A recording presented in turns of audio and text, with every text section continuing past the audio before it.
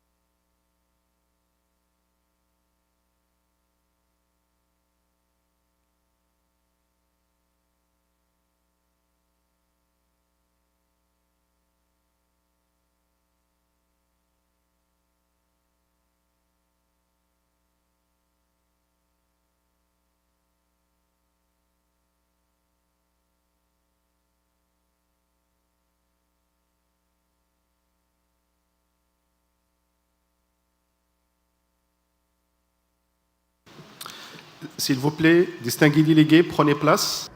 Distinguished delegates, please take your seats.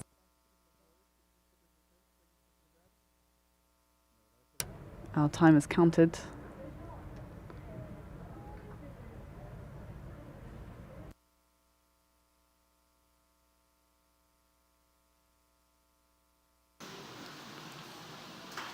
Please, distinguished delegates. Je vois encore qu'il y a 10 délégués qui...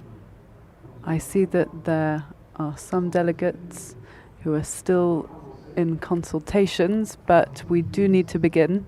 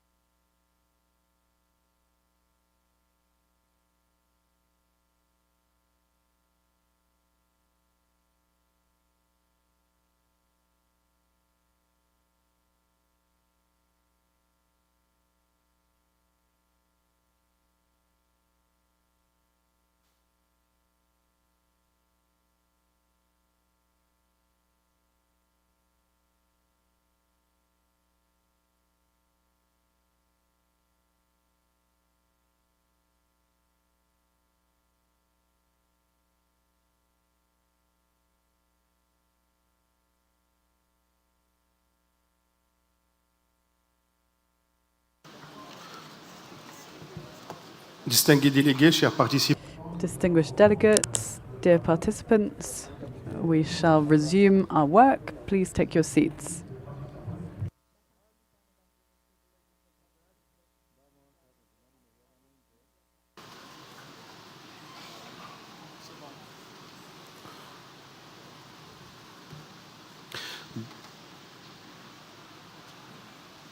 donc merci infiniment pour Thank you very much for all of your commitment this morning, and I thank you also for our efficiency in tackling the agenda items this morning. I hope that we can continue with this momentum. Let me kindly remind you that we need to make good use of the time allocated to us and to work tirelessly to achieve consensus on items that remain to be addressed, which have been discussed here or have been referred to the working groups. As regards speaking requests, please may I ask you that when you take the floor, you speak close to your microphone so that we can hear you clearly. I'll now give the floor to the Secretariat for some announcements.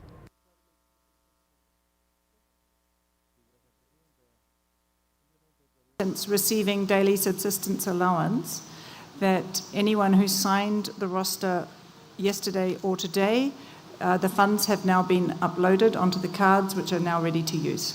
Thank you. Merci beaucoup. Thank you very much, Ms. Melanie. Let us now proceed with our agenda, and we shall move on to item 28.2, ecological connectivity. May I ask Ms. Anuska from the Secretariat to introduce this document? Please, you have the floor.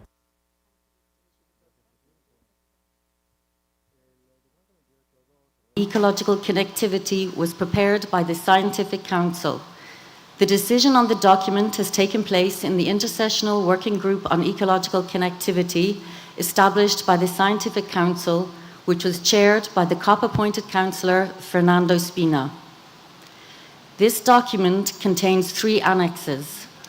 Annex 1 contains the proposed amendments to the Resolution 14.16 as recommended by the Intersessional Working Group on Ecological Connectivity.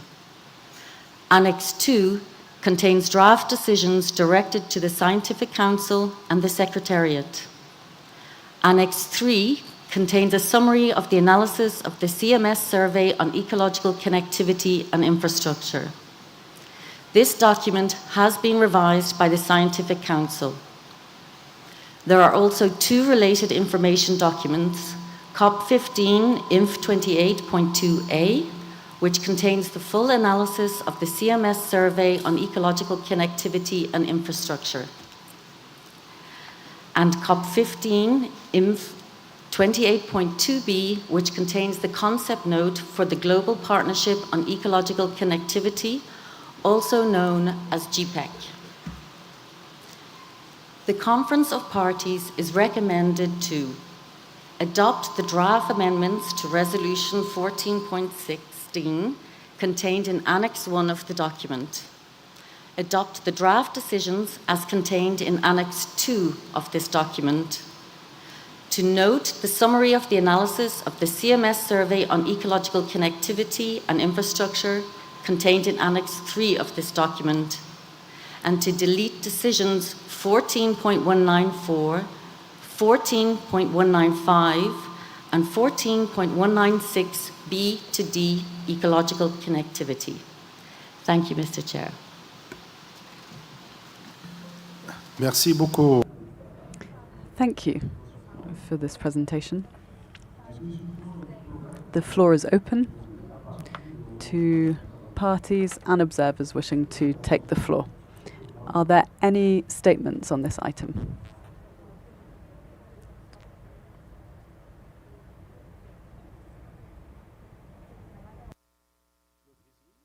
Brazil.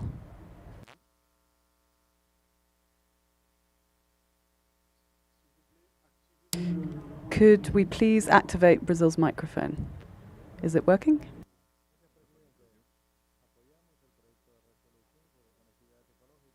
Of connectivity for the conservation of migratory species, particularly in this context of increasing habitat fragmentation and climate change. In that spirit, with the intention to recognize that long-distance trails, together with the associated green corridors, serve as a useful instruments to promote ecological connectivity, we would like to propose two targeted textual insertions in Annex 2. So, in operative paragraphs, not in 2, actually, we will propose the following adjustments. For operative paragraph 9, we would suggest the following wording. It starts as already is, also invites parties and other range states and relevant organizations to collaborate to identify, designate, restore, and effectively maintain comprehensive and coherent ecological networks of protected sites, ecological corridors. We would propose the inclusion of, quote, including through long-distance trails in their associated green corridors, comma, end of quote, and the rest would remain the same. As for operative paragraph 10, we would suggest it starts urges parties to identify and promote ecological network and other connectivity tools. We would propose the inclusion of, quote, including long-distance trails, comma, end of quote, and then the paragraph would follow as it is. We will naturally forward the proposed adjustments to the Secretariat. Thank you.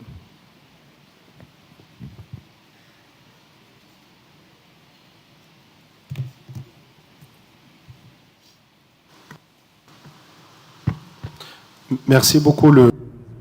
I thank Brazil. The European Union, you have the floor.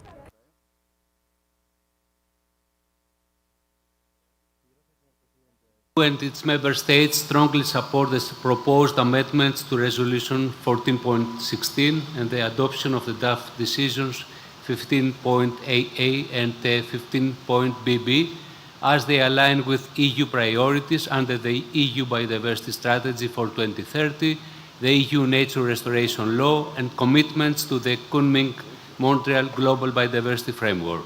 We also support deleting outdated decisions 14.194 up to 14.196 to streamline CMS processes. The EU and its member states welcome the emphasis on transboundary cooperation, data sharing, and integration with MEES like CBD, Ramsar, and UNCCD. Furthermore, we endorse the Global Partnership on Ecological Connectivity as a vital platform for collective action and urge continued resource mobilization to address implementation gaps, such as research on climate impacts and data capabilities. We believe more efforts are needed regarding data gaps revealed by the Ecological Connectivity and Infrastructure Survey, advising on priority taxonomic groups and regions, and providing scientific direction on assessing links between connectivity, ecosystem integrity, and climate resilience. Additionally, we propose to emphasize the importance of aquatic connectivity for marine species next to the already mentioned freshwater species, and to add this to the respective for adoption proposed paragraph 15 of the resolution 14.16. We will also submit minor amendments to the Secretariat to reflect our suggestions. So in the paragraph 15 of the resolution, we have just an addition. It starts with also noting the importance of aquatic connectivity, recognizing that some migratory freshwater and marine species, so this is the addition of the marine species, and in the 18th paragraph, just a word to be corrected, acknowledging the absence of an agreed single robust indicator to measure different aspects of ecological connectivity. Please change the word from limiting to limited clarity. So this is the only change here. And then the amendments we suggest in the draft decisions. Do you want, Mr. Chair, to present also these? These are rather many, not just one. Do you want? Okay. So, thank you. So, in the ecological connectivity, the draft decisions 15AA-B.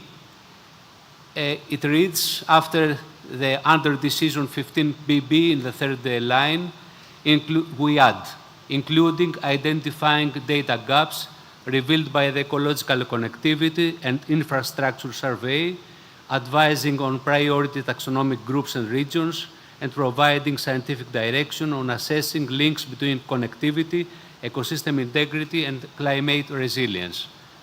Then in 15BB, in paragraph B, commission a comprehensive study, so we add the word comprehensive, and then it reads study on the linkages between migratory species connectivity and ecosystem integrity and resilience, including, and this is what we add, including, first, A, an assessment of research needs relating to key connectivity issues affecting the conservation status of major migratory wildlife taxonomic groups in terrestrial, marine, and freshwater regions.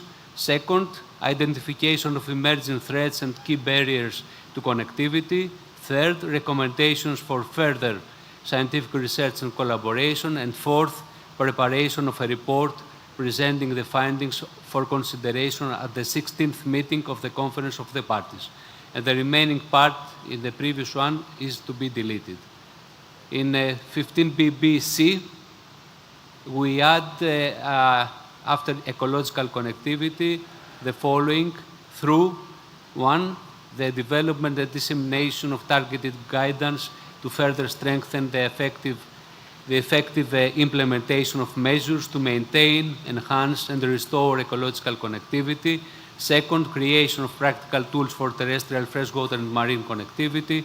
Third, promotion of the integration of ecological connectivity into national policy processes, including spatial planning frameworks and national biodiversity strategies and action plans.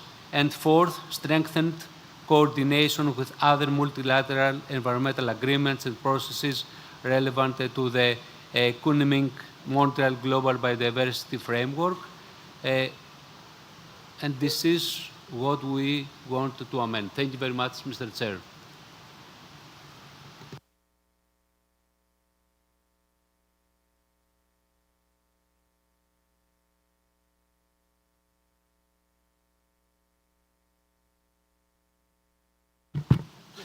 Merci beaucoup. Thank you very much to the European Union. Senegal, you have the floor. Thank you, Chair. Senegal welcomes the progress made in the implementation of Resolution 1416, and we strongly support the amended proposal. As you know, Chair, ecological connectivity is essential to the survival of migratory species, particularly flagship species such as the African elephant and marine turtles. They greatly depend on functional corridors. This is why it's essential to strengthen ecological connectivity, including through its integration in national policies and territorial planning, as well as through heightened international cooperation in order to ensure the viability of populations in the long term. Thank you, Chair.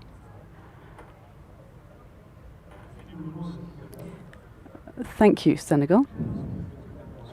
Are there any further requests for the floor?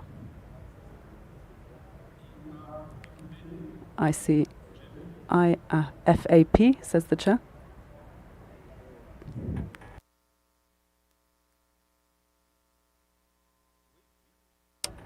Yes, we can hear you.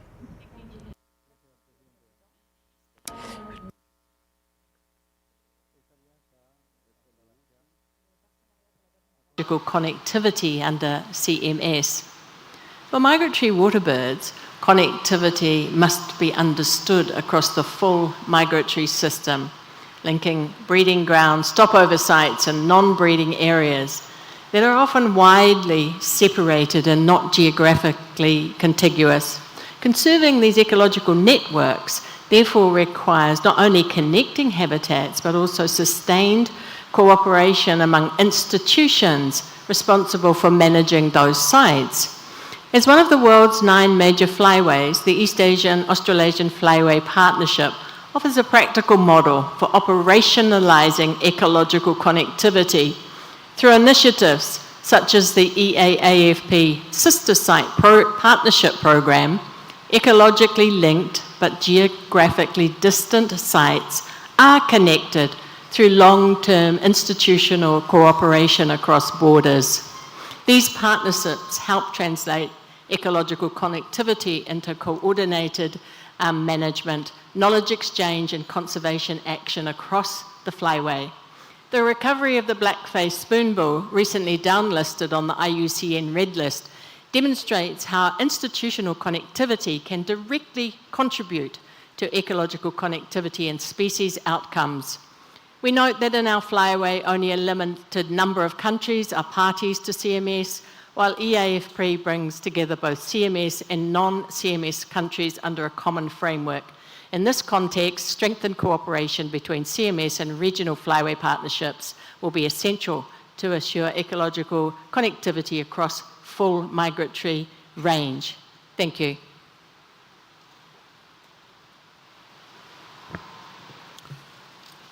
Merci beaucoup. Thank you very much, Madam. Are there any further requests for the floor on this? That was the last speaker on my list. I see no other requests for the floor.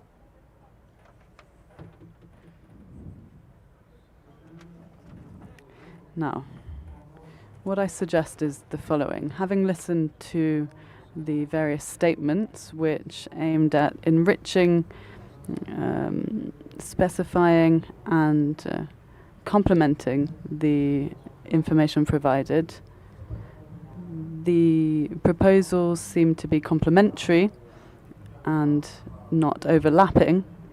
Therefore, I suggest that the Secretariat prepares a conference room paper which will include the amendments and adjustments as proposed by states parties, and we will come back to you later on with a revised conference room paper which will be discussed in a later session.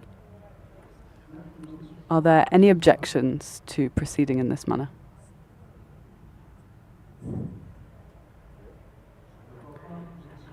I see no objections. I hereby consider that the committee agrees on this way forward. And I suggest that we now move on with our agenda to item 28.3 on transfrontier conservation areas for migratory species. And I invite Ms. Clara from the Secretariat to present document 28.3. You have the floor.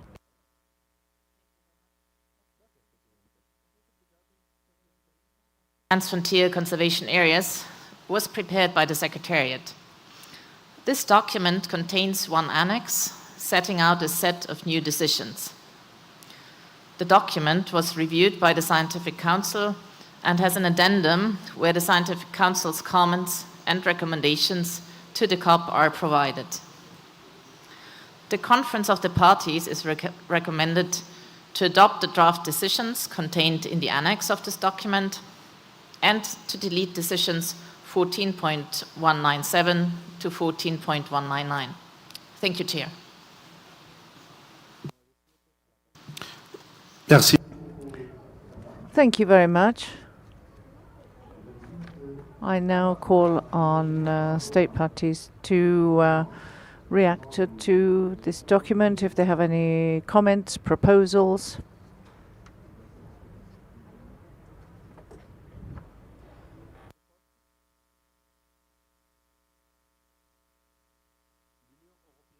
The European Union.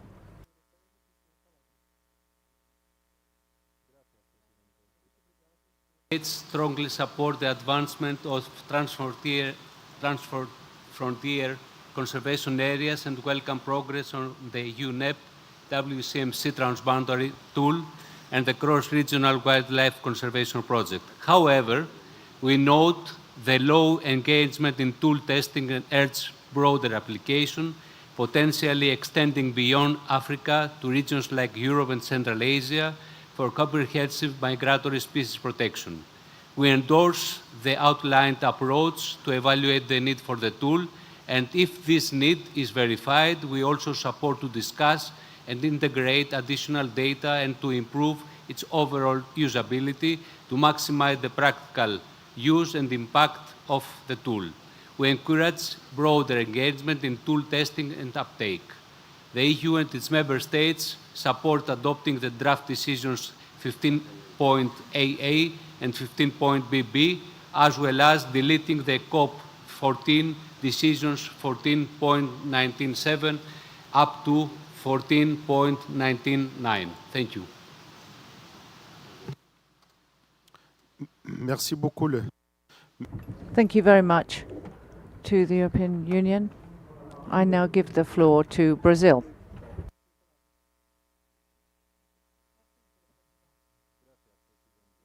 Recognizes the value of transfrontier conservation areas as instruments to strengthen ecological connectivity for migratory species. At the same time, we would encourage a streamlined approach to information requests addressed to parties. As reflected in the document itself, the low number of responses received so far suggests the need to scrutinize carefully any additional reporting or consultation burdens to avoid duplication. In that regard, information of this nature should, to the extent possible, be channeled through the national report rather than through separate notification or parallel reporting exercises. This would reduce the administrative burden on parties, enhance coherence across reporting processes, and help ensure that consultations remain targeted. Thank you. Merci infiniment. I thank Brazil. Zimbabwe, you have the floor.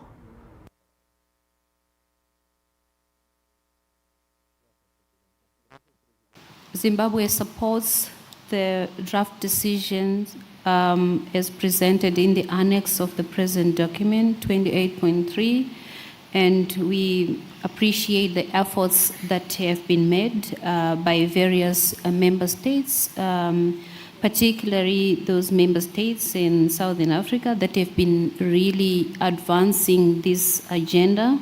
And as Zimbabwe, we have seen the value of transfrontier conservation areas, and we appreciate the interest to continue advancing this agenda.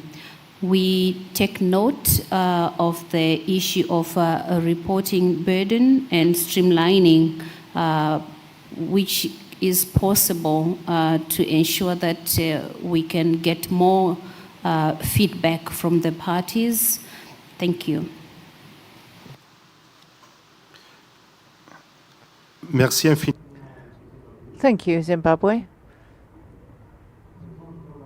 I now give the floor to CCF-CDF.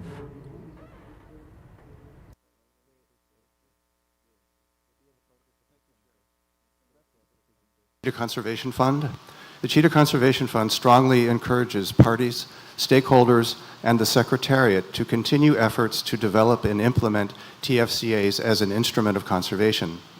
CCF presented a side event yesterday focused on cross-border protections for cheetahs, and TFCAs are an important means to this end.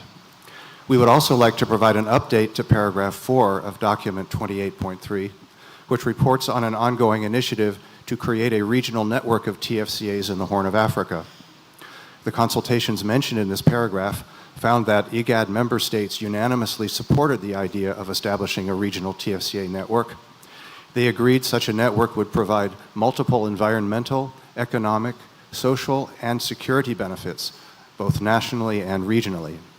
They identified over 45 potential locations for TFCAs along internal IGAD borders. They determined that a framework of bilateral and regional ministerial level agreements would be more feasible and timely instruments than a protocol for establishing a regional TFCA structure, and that the Horn of Africa Wildlife Enforcement Network, or HAWEN, should be the focal point for taking the TFCA initiative forward. The next step in the process should involve convening an IGAD experts group to study the ecological, legal, and diplomatic issues involved in creating a TFCA network and to prepare a roadmap. In this regard, the IGAD countries noted that the TFCA network established by SADC in Southern Africa could serve as a useful model. IGAD and its member states are actively seeking to establish a broad base of financial and technical support for this initiative from international organizations, governments, and NGO partners. Thank you.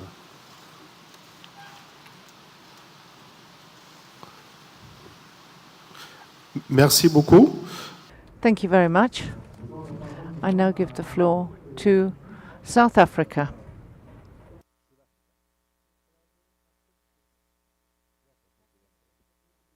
Of the pioneers of the transfrontier conservation model within the Southern African Development Region. In actual fact, South Africa has got transfrontier conservation area with all our neighboring countries within the region. We believe that as SADC countries, we do have adequate experience in respect of how the model of transfrontier conservation areas has contributed to ensuring that movement of animals across borders is not impeded. We do note the draft decision that is being proposed, and we would like to propose the deletion of decision 14.197 to 14.199. This is due to the fact that this tool that is being referred to was not subjected to adequate consultation within the SADC TFCA member states.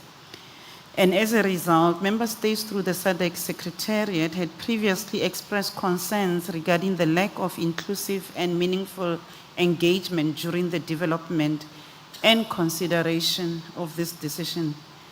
In light of this process gap, it is evident that the SADC TFCA member states did not provide their support for the piloting of the tool, as their views and inputs were not sufficiently sought or incorporated prior to the development of this proposed decision. My delegation is therefore not in a position to support the proposal for this tool, including the benefit analysis on the tool for identifying opportunities for transfrontier conservation areas. We are well aware that transfrontier conservation areas are joint initiatives that require collective agreement and coordinated implementation by all participating member states. In view of the above and given the absence of consensus and feasibility for the implementation, South Africa will not support the proposal in respect of the tool. Thank you.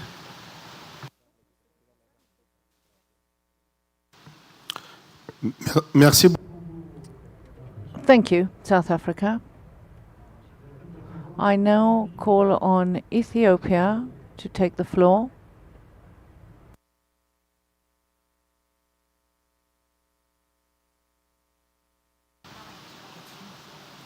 Ethiopia, you have the floor.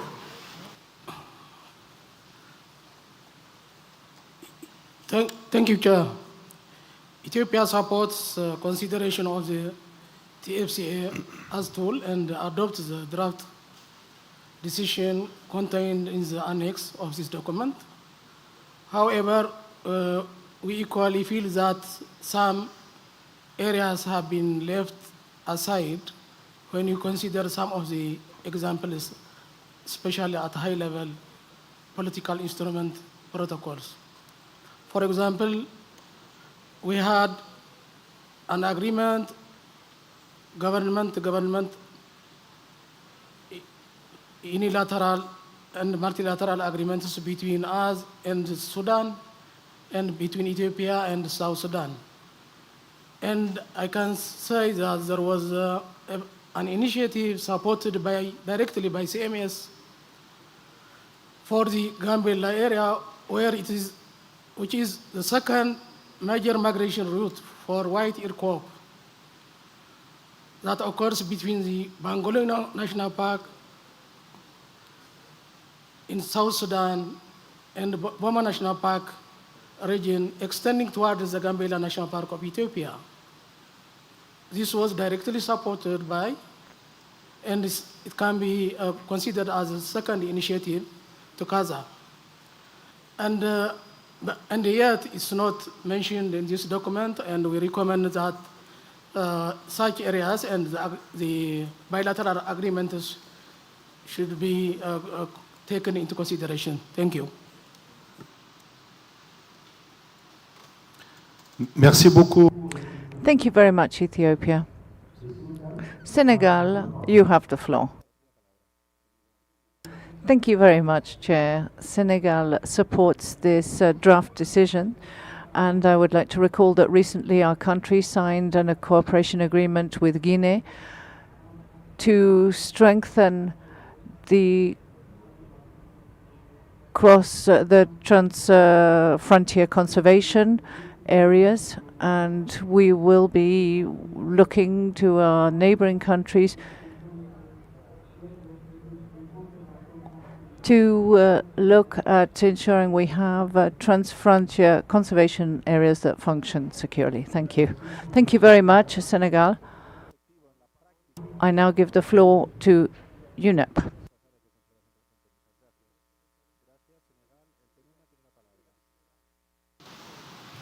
UNEP welcomes and supports the draft decisions while emphasizing that any further investment in the tool should be based on a clear demand, demonstrable utility, and an explicit cost-benefit assessment. UNEP agrees that clear identification of target users, decision-making contexts, and functional requirements in deep consultation with parties and regional institutions should be a prerequisite for the further development of the tool. Thank you, Chair.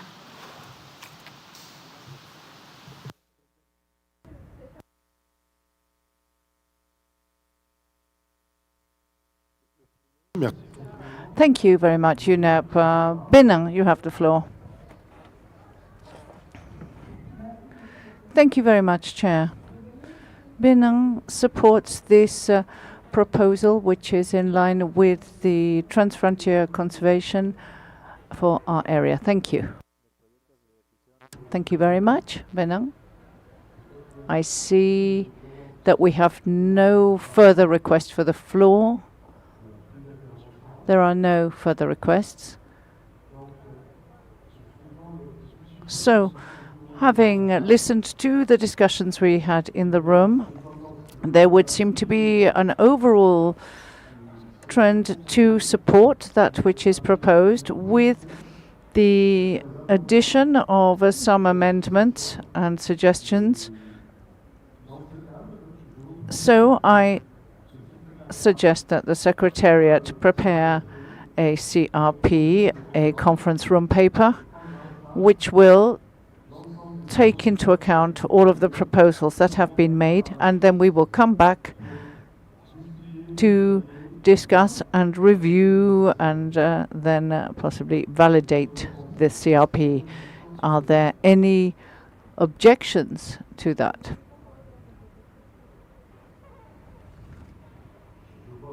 I do not see any objections, so it is so decided. The Secretariat will draw up a CRP, which we will then look at. So now we will move to item 28.4, communities and livelihoods.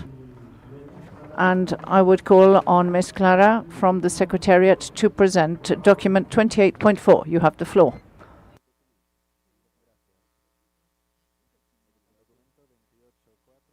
Was prepared by the Secretariat. This document contains one annex setting out a set of new decisions.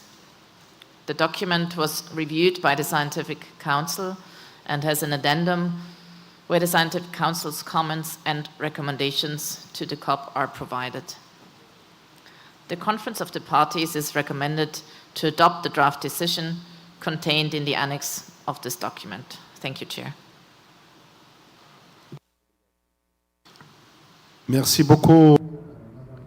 Thank you very much, Ms. Clara. The floor is open. Do we have any requests for the floor from state parties or from observers?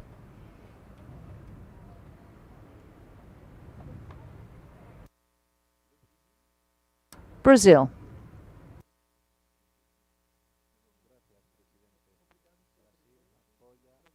With participatory approaches long valued in our national practice. We believe, however, that its implementation should reflect aquatic and fishery context as well, including transboundary bases and coastal zones, and recognize artisanal fishing communities as key actors in conservation and sustainable management. In the same spirit, Brazil would like to stress the vital role of indigenous peoples and local communities in protecting breeding areas, stopover sites, and migratory corridors for migratory species, as well as the need to support them in the sustainable management and use of their biomes, taking into account their traditional knowledge and their rights related to land, territory, and resources, as part of long-term policies for the conservation of migratory species. Thank you, Chair. Merci infiniment. Thank you, Brazil. European Union, you have the floor.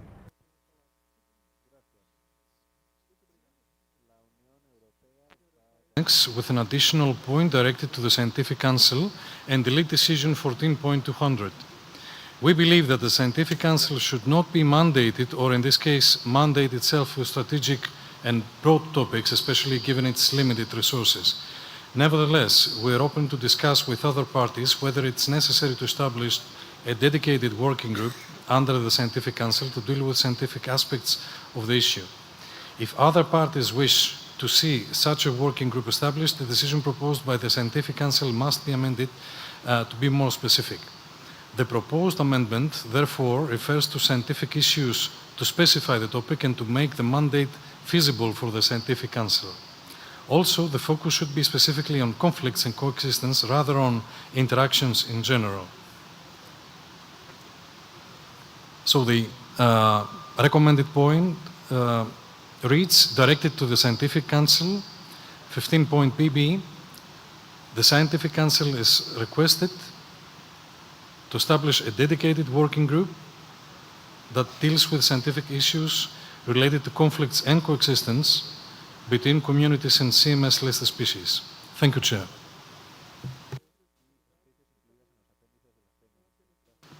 Merci beaucoup. Thank you very much, European Union. Ethiopia, you have the floor.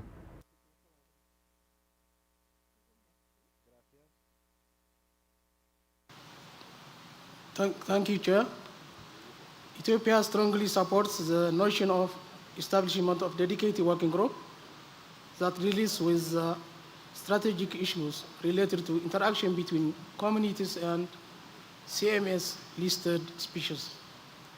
The issue of interaction between communities and wild animals needs to be taken into consideration due to the factors that solid theoretical foundation has been established to advance the conservation of CMS listed species through community engagement, like the guiding principle and the study on community-based approaches, like the case of Central Asian Animals Initiative, CAMI species.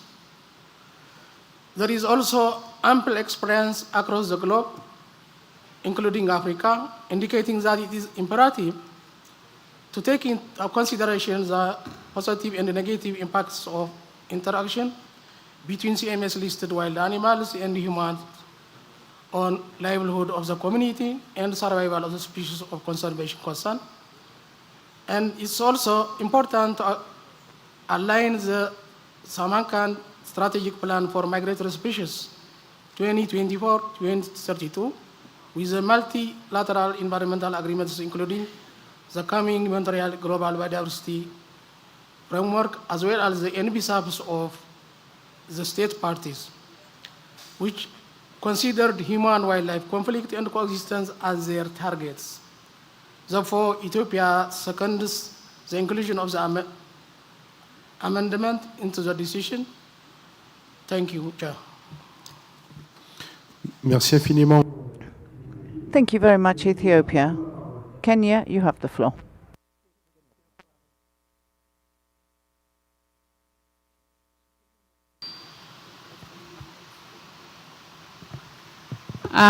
Kenya fully supports community-led wildlife conservation and management, and especially the migratory species. We endorse the the 10 guiding principles and urge a practical implementation through capacity building, exchange visits, and funding to empower local communities as the principal conservation and management partners on migratory species.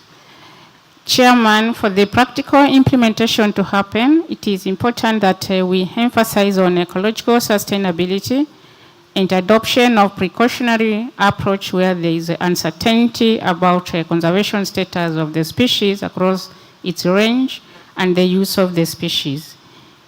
It is also important that addressing human-wildlife conflict is prioritized, as if not managed well, such conflicts are potential causes of mortalities and population declines.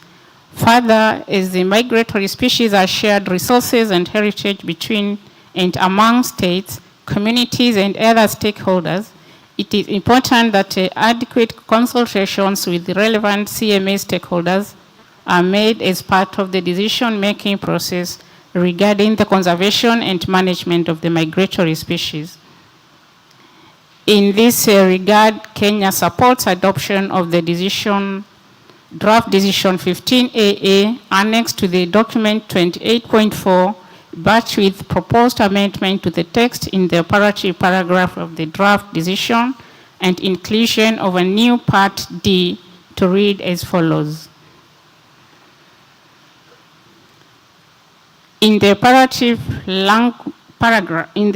paragraph, include text after the word Central Asia to read, while ensuring that the implementation of these principles is compatible with the conservation objectives of the Convention, it guarantees ecological sustainability, and where there are uncertainties on the conservation status of the migratory species, apply precautionary approach.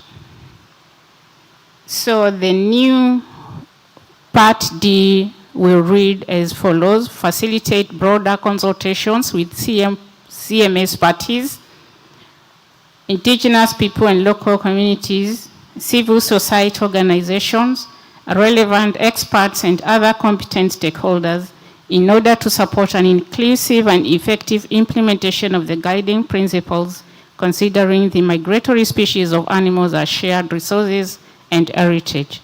Thank you, Chair. Merci infiniment, le Kenya. Thank you very much, Kenya. I now call on South Africa to take the floor.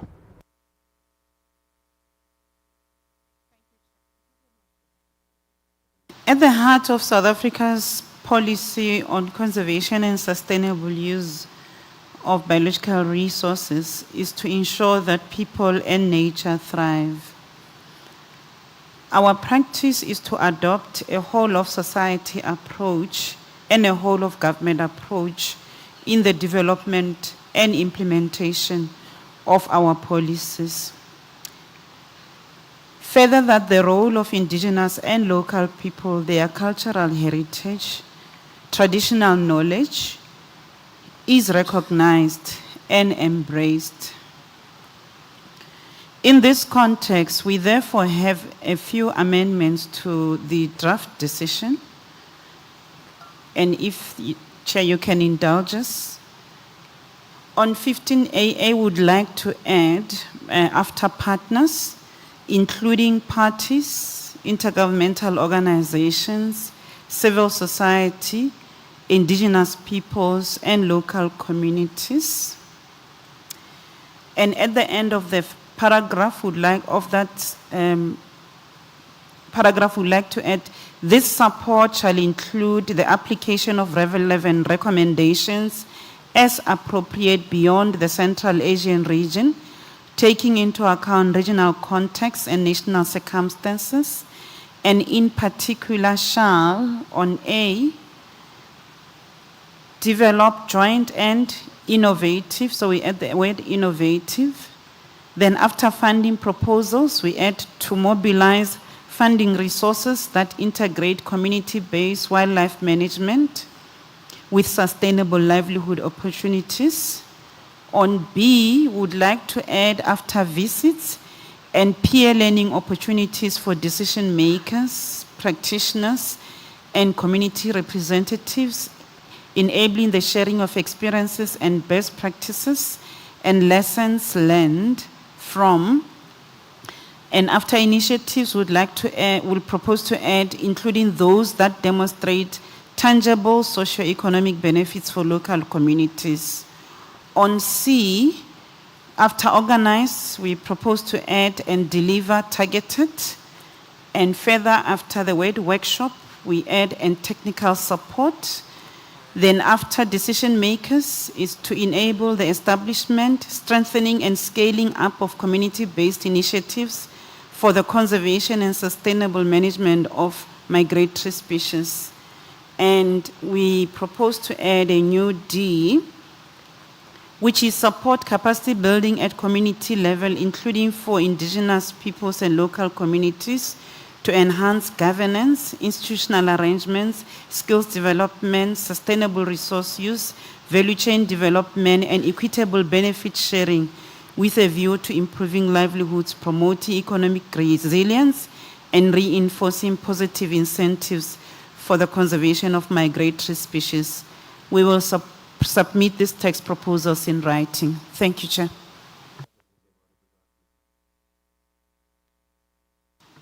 Merci beaucoup. Thank you very much, South Africa. I now give the floor to Senegal. Thank you, Chair. We strongly support this draft decision and also the amendments that have been proposed by Kenya. Thank you. Thank you very much, Senegal. I now call on the Wildlife Conservation Society.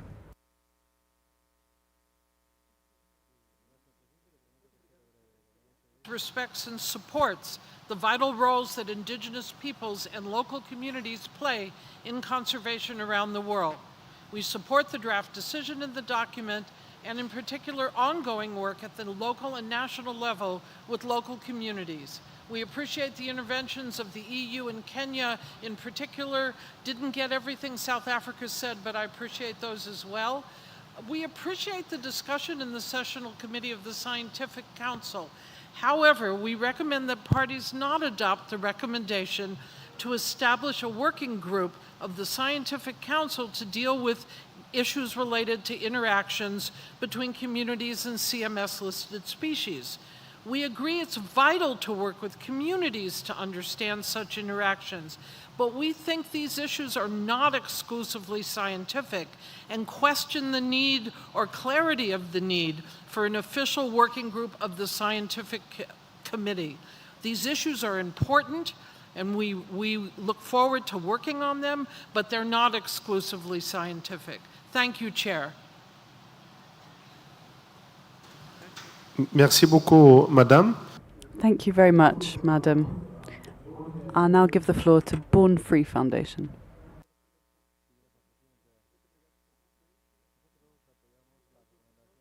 And are gratified to hear the level of interest with the suggestions from Brazil and Kenya and South Africa and others. We would like to make a couple of comments that efforts to implement the guiding principles should include a strong emphasis on the need to ensure ecological sustainability and the adoption of a highly precautionary approach to the extractive utilization of migratory species. A strong emphasis on providing a source of pride and connection to nature as incorporated within Guiding Principle 8. With reference to Principle 9, an emphasis on the need to consider human-wildlife conflict resolution in the context of the international consensus principles for ethical wildlife control and the experiences of wider human-wildlife conflict mitigation efforts that focus on benefiting both wildlife and people, and a wider consultation with the CMS partner organizations, including Born Free, which works with communities in several parties, and other key stakeholders in the implementation of the draft decision. Thank you, Chair. Merci beaucoup. Thank you very much. UNEP, you have the floor.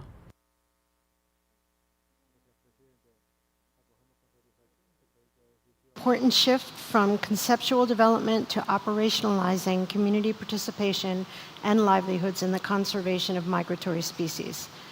Effective operationalization requires broader societal perspectives in evaluating the role that community-based wildlife management can play as part of a wider economy and how it interacts economically, socially, and culturally with other sectors, including forestry, agriculture, and tourism. Transition to action also requires mechanisms tailored to the local context, combining clear rules, monitoring, enforcement, and locally adapted institutions. UNEP would like to underscore that community-based conservation is not only a social consideration, but a critical condition for effective and sustainable conservation outcomes.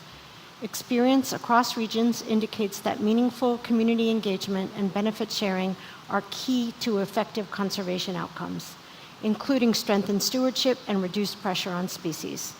In this regard, UNEP also wishes to highlight its core human rights principles for private conservation organizations and funders, developed in collaboration with the indigenous peoples and community representatives across all regions of the world. The core principles emphasize participation, equity, rights-based approaches, and accountability. These principles may be useful to strengthen the implementation under the Convention. We support the proposed activities on capacity building, exchange, and partnership development, and stand ready to collaborate with the Secretariat and partners to advance their implementation. We greatly appreciate the considerations of Brazil, Kenya, and South Africa to strengthen the decisions. Thank you.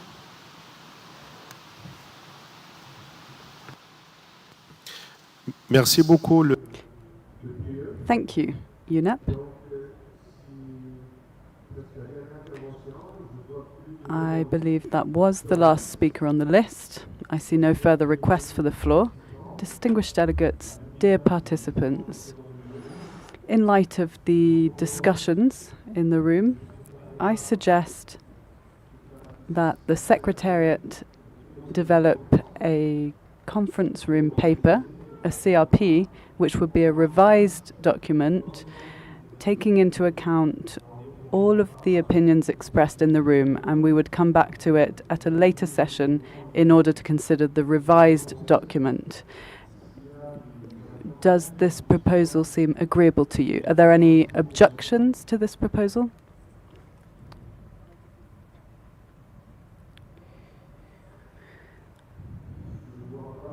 I see no objections.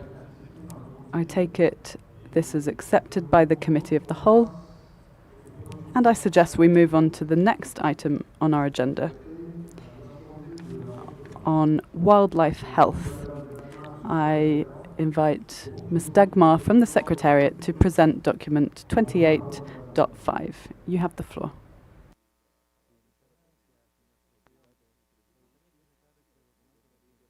One on wildlife health, which was prepared by the Scientific Council. The discussion on the document took place in the Intersessional Working Group on Migratory Species and Health, established by the Scientific Council and chaired by the COP-appointed Counselor for Wildlife Health, Ruth Cromie. This document contains 4 annexes.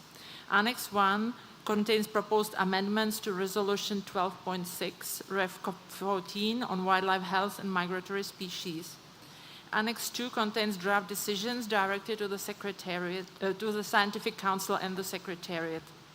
Annex 3 contains a report from the Working Group on Migratory Species and Health, entitled Key Messages from CMS Resolutions and Health Analysis, and a second report, the One Health Case Studies. Annex 4 contains a report of activities by CMS FAO Scientific Task Force on avian influenza and wildlife since COP14. This document has been revised by the Scientific Council at its 8th meeting. There are also 2 related information documents which I would like to draw the attention of the committee to. It's Information Document 28.5a, which contains the report One Health Case Studies, a resource for parties to the Convention on Migratory Species, which was developed with generous support from the UK government.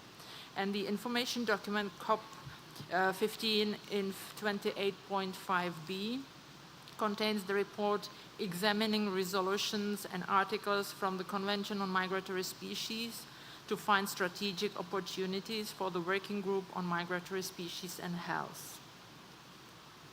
The text changes in the draft amended resolution have been proposed by the Working Group on Migratory Species and Health. Beyond that, as announced at the beginning, at the opening of the committee, when finalizing this resolution after the COP, the Secretariat will correct the spelling of the term indigenous peoples and local communities so that it contains lowercase and not capital letters. Thank you very much, Mr. Chair. Merci beaucoup. Thank you very much, Madam.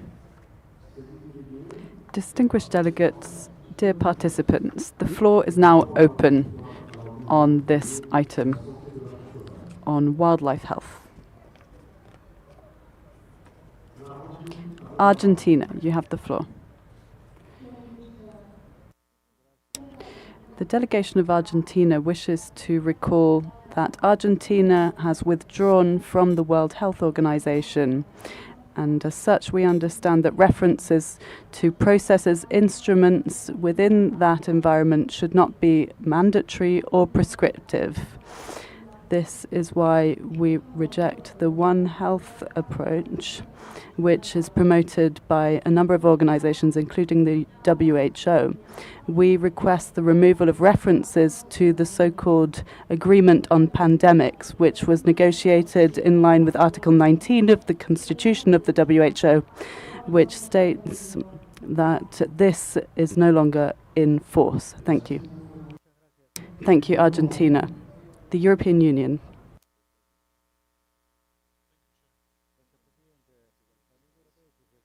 Amendments to Resolution 12.6 contained in Annex 1 of this document, and also support the adoption of the draft decisions contained in Annex 2 of this document, including the amendment from the Scientific Council. Furthermore, we propose one addition with regard to Decision 15.AA to recommend the collaboration of working groups to collate and report information on how to monitor, prevent, and mitigate mass mortality events of populations of migrating species. We finally support the deletion of decisions 14.218 to 14.220.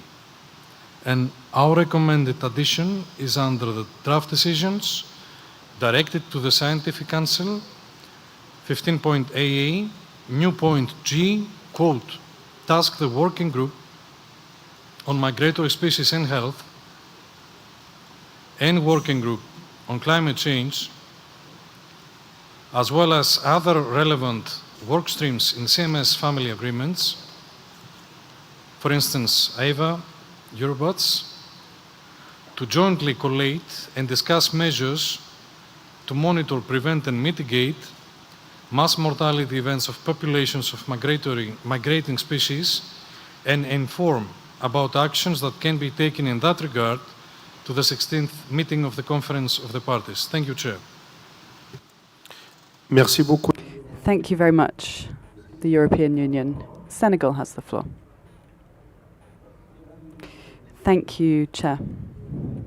Senegal supports this resolution, particularly the recommendation on the One Health approach, which has been operationalized at national level through the creation of a wildlife health department within the National Parks unit, which addresses matters beyond health and has set up a monitoring epidemic system.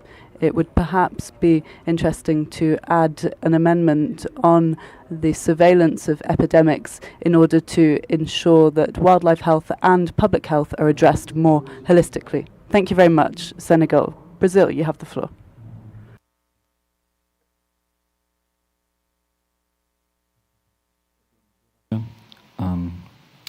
Regarding the preambular paragraph 29, we would like to retain this paragraph as we consider it to be important to ensure institutional alignment with already established global mechanism, reinforcing technical credibility of the document and its coherence with international architecture and surveillance and response to health risks. In addition, we have a couple of comments which we'll make with regard to the clean text of the amendment resolution, which is contained in page 22 of the document. So in the 7th paragraph, which starts with acknowledging the particular risks, we'd like to add in the end, after FAO, WHO, the World Health Organization, the following paragraph, which starts with recognizing this, that some intensive animal farming can provide, would like to make the following changes in the text that reads in the end, recognizing that we would like to delete phase out and replace by sustainable management. On the following paragraph, which starts with acknowledging that the One Health approach is, we'd like to delete the word now. Sorry. In the 14th paragraph, which starts with noting, however, and in the text that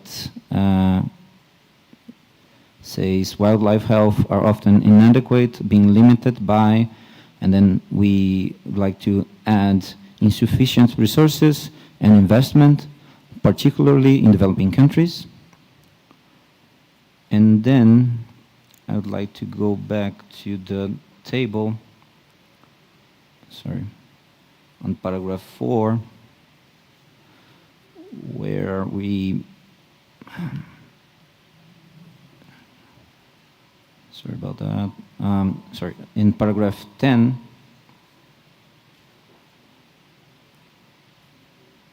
would like to add a few words there. So, where it starts call on parties to collaborate and share relevant wildlife health information, then we'd like to add the following text, comma, as appropriate and in accordance with national legislation, respecting data sovereignty, confidentiality, and biosecurity considerations, while ensuring equitable, transparent, and exchange of information among developing countries, including through collaboration.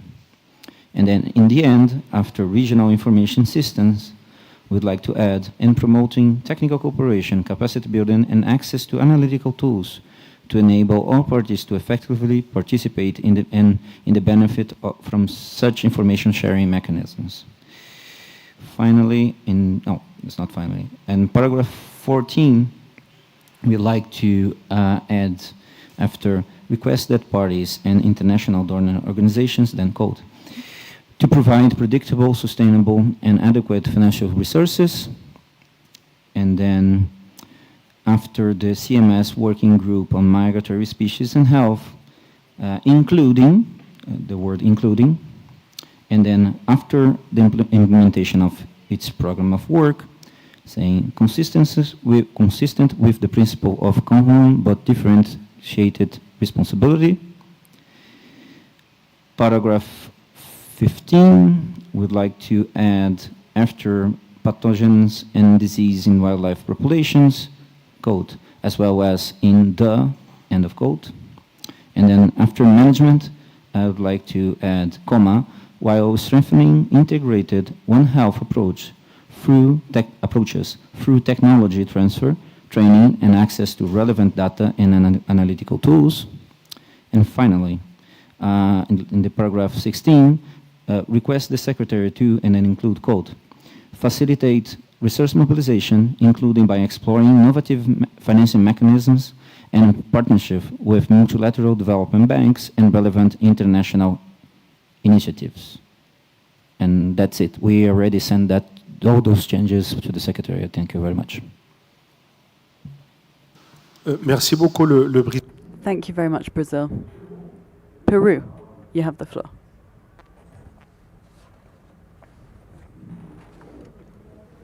Thank you, Chair.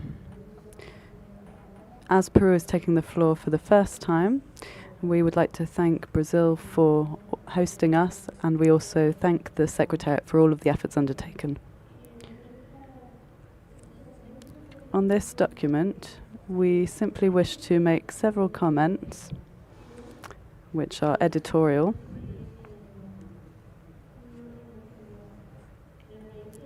In the draft decision for the Scientific Council 15 AAB,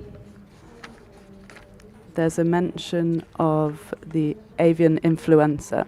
We would prefer to use highly pathogenic avian influenza or zoonotic avian influenza. And when we talk about livestock, we believe that we should not just refer to livestock, but rather, just a few moments please, instead of livestock, domestic animals, production animals and pets. And this, we believe, would address all of these matters because there have been proven cases of zoonoses with these types of animals. Thank you. Thank you very much, Peru. UNEP, please, you have the floor.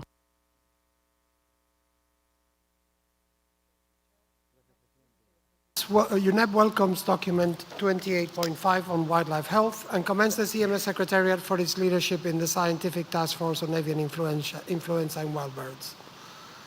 The unprecedented spread of high pathogenicity avian influenza, now devastating not only bird populations but also migratory mammals like seals, is a clear signal that wildlife health is a cornerstone of global health security.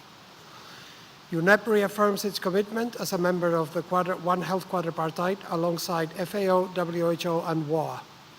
We emphasize that an effective One Health approach must prioritize the environmental dimensions and prevention at source over reactive approaches. In this regard, we urge all parties to align their national actions with the CBD Global Action Plan on Biodiversity and Health, as well as to consider the response options outlined in the IPBES Nexus Assessment. This alignment is essential to meeting Target 5 of the Kunming-Montreal Global Biodiversity Framework, ensuring that our interactions with wild species are legal, sustainable, and safe. Finally, we strongly welcome the Secretariat's collaborative work with the Quadripartite on avian influenza. We join the Scientific Council in urging parties to strictly follow science-based guidance. This means avoiding counterproductive and harmful measures such as the culling of wild birds or the destruction of wetlands, which only serve to undermine the very ecological integrity we seek to protect. Chair, UNEP stands ready to support CMS parties in integrating these health and biodiversity linkages into their updated MBSAPs, ensuring a resilient future for migratory species and humanity alike. Thank you, Chair. Merci beaucoup, l'UNEP. Thank you, UNEP. I now give the floor to Wildlife Conservation Society, or Wetlands. Please, could you identify yourself?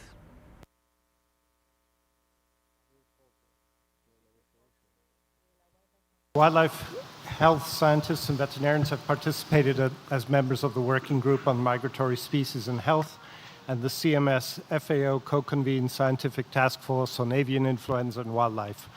Last year, WCS was formally designated by the World Organization of Animal Health as a collaborating center for research, diagnosis, and surveillance of wildlife pathogens with a focus on health and biodiversity, recognizing WCS's global leadership in science, One Health, transboundary disease surveillance, and biodiversity conservation. WCS is the only conservation organization to receive this kind of designation. WCS looks forward to continuing to work closely with CMS parties, the Scientific Council, and various working groups and experts on all health-related issues in this document. We support the suggested additional text from the European Union, Peru, UNEP, and many of the suggestions from Brazil. Thank you. Merci beaucoup, Wildlife. Thank you very much, Wildlife Conservation Society. I now invite Born Free Foundation to take the floor.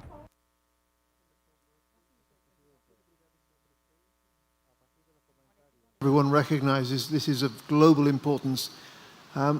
Born Free supports the document with some recommendations. And I don't know if you'd like me to read them now or just simply send the text to the Secretariat in the interest of time. Vous pouvez le faire maintenant. You could read them out now, yes, please.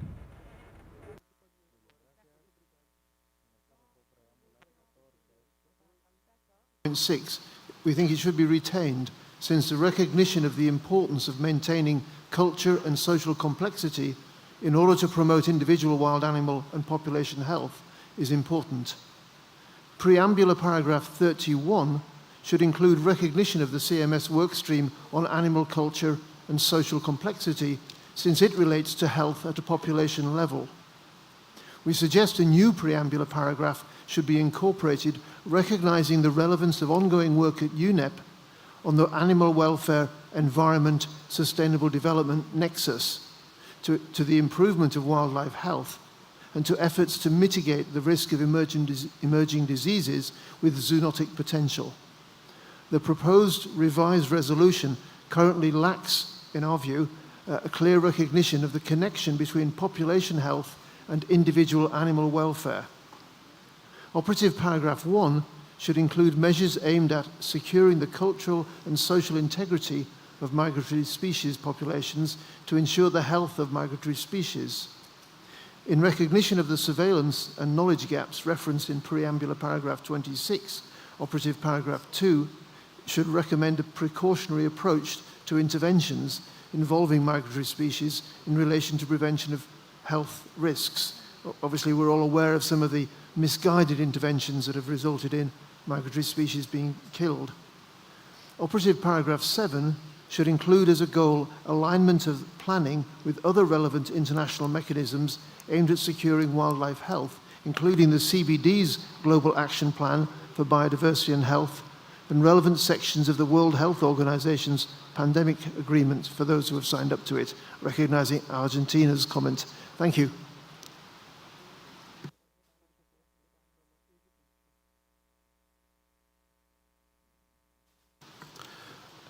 Merci beaucoup. Thank you very much for your statement. This was the last speaker on our list on this item. I see that there are a number of amendment proposals and ideas which sometimes do not align.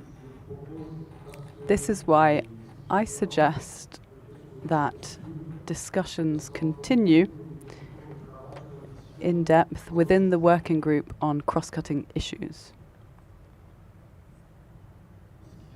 Are there any objections to this way forward? I see none. It is so decided. The discussions will be continued within the horizontal working group. Thank you very much. And may I kindly urge you to work together to come up with consensus-based proposals to enable us to take a decision on this item. Now, if I may, I suggest we move on to the following item on pastoralism. And I invite the Secretariat, Ms. Paulina, to introduce this document 28.6. You have the floor.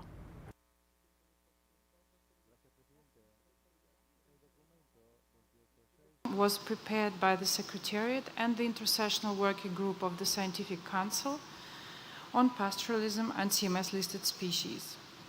The document reports on progress to implement decisions 14179, 14181 by the Secretariat and the Scientific Council. The Sessional Committee of the Scientific Council at its 7th meeting established the Intersessional Working Group on Pastoralism and CMS-listed species and defined its terms of reference. The working group met online twice and prepared the draft decisions for consideration of COP15 based on a set of preliminary recommendations. Secretariat was unable to identify resources to support full implementation of these decisions. given the importance of sustainable use of rangelands for preventing degradation of the habitats of migratory species, the document suggests to extend the mandate of the intersessional working group, which would otherwise end at this COP. Therefore, a renewed mandate to conduct a dedicated physical meeting of the working group and an in-depth analysis of the issue are proposed. The document includes 2 annexes. Annex 1 contains a summary of contributions and a set of preliminary recommendations of the working group, which can be further developed in the next intersessional period. Annex 2 contains draft decisions directed to the parties, Secretariat, and the Scientific Council. The document was reviewed by the Scientific Council at its 8th meeting and has been revised to specify the duration of the working group until such time as the sessional committee decides that its work is complete or an alternative arrangement is made. The Conference of the Parties is recommended to adopt the draft decisions contained in Annex 2 of this document and delete decisions 14.179, 14.181. Thank you, Chair.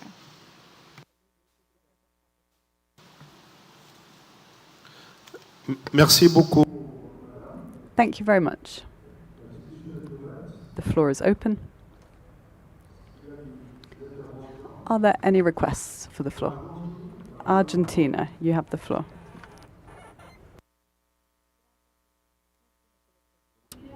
Thank you, Chair. I'd like to repeat what was said at the previous report with regard to any mentions of the WHO and One Health. Thank you. Thank you very much, Argentina. Kenya, you have the floor.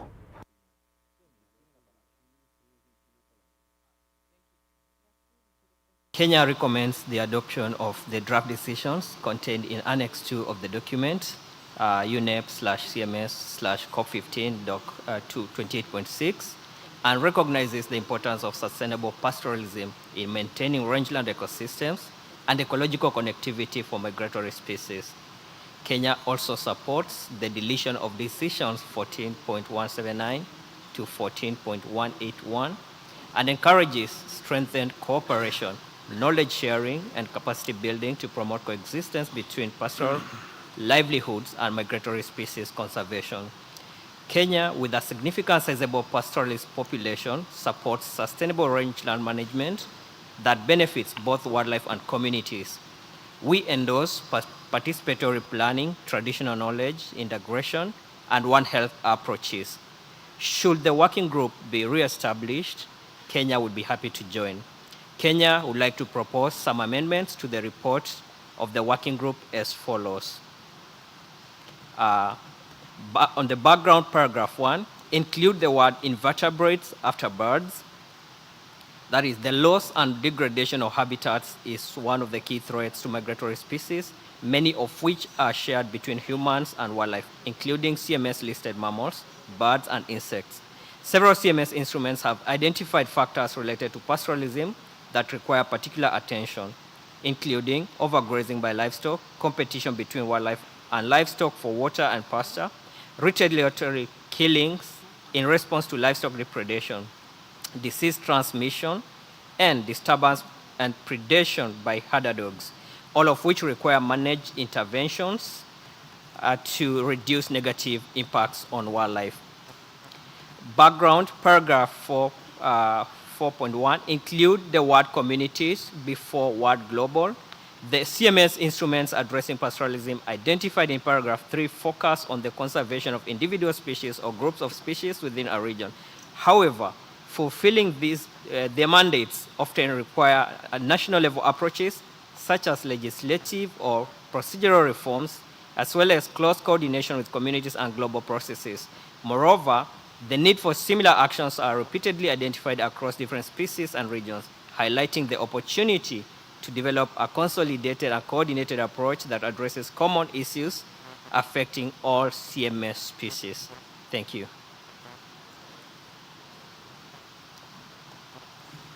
Merci beaucoup. Thank you very much, Kenya.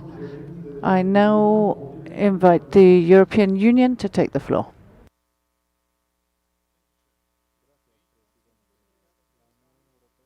Sessional Working Group of the Scientific Council on Pastoralism and CMS listed species for their work and the preparation of the document and the summary included of statements.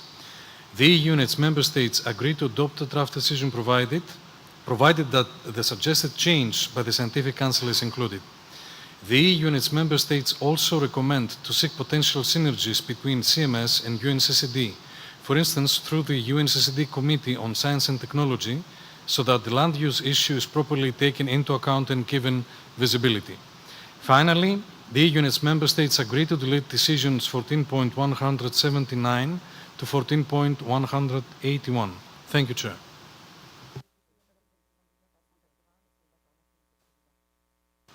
Merci beaucoup, l'Union européenne.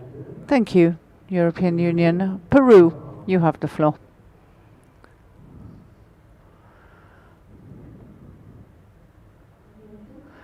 Chair, based on the projects based on pastoralism and the positive effect on our wildlife areas with the Guanaca and Vicuña include unlisted insight in CMS, we would like to express our interest to be part of a working group should it be set up, given that our pastoralism areas are managed by the communities and they work with wildlife. Thank you.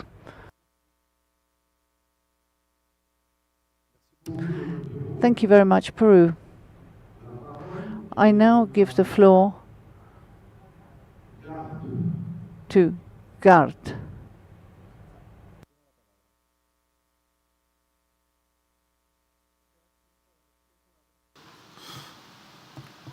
Yes, I'm sorry. Well, thank you, Chair. As this is the first time that the Global Alliance for Rangelands and Pastoralists take the floor, we want to thank Brazilian government for hosting this meeting, and especially the beautiful land of Campo Grande. Recognize the Secretary of the CMS, the Chair of the Conference, and the Committee of the Whole for all your work.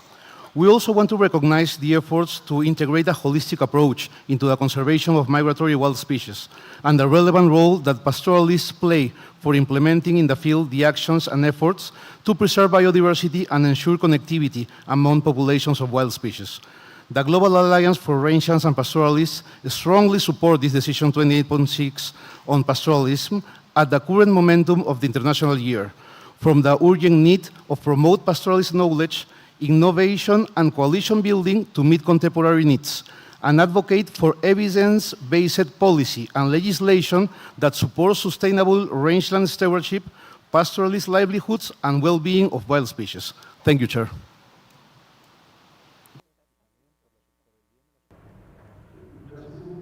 Thank you very much, sir, for your intervention. That was the last request on the from the floor on our list. I see no further requests for the floor. So, based on the discussions that we have heard, there are some amendments and additions and adjustments. I suggest that the Secretariats prepare a CRP, bearing in mind the comments from the stakeholders, and then we will meet once more to review the document. I count on your support and your openness of mind to help us find consensus in the wording, be it in the working groups or in the informal discussions or when we receive a CRP. Let us try to come closer together so that we can progress in the best way possible for our Conference of the Parties. So I thank you. This item is being progressed, and now we will move on to 28.7, which covers light 28.7 light pollution, and I give the floor to Ms. Dagmar from the Secretariat to present the document. Thank you.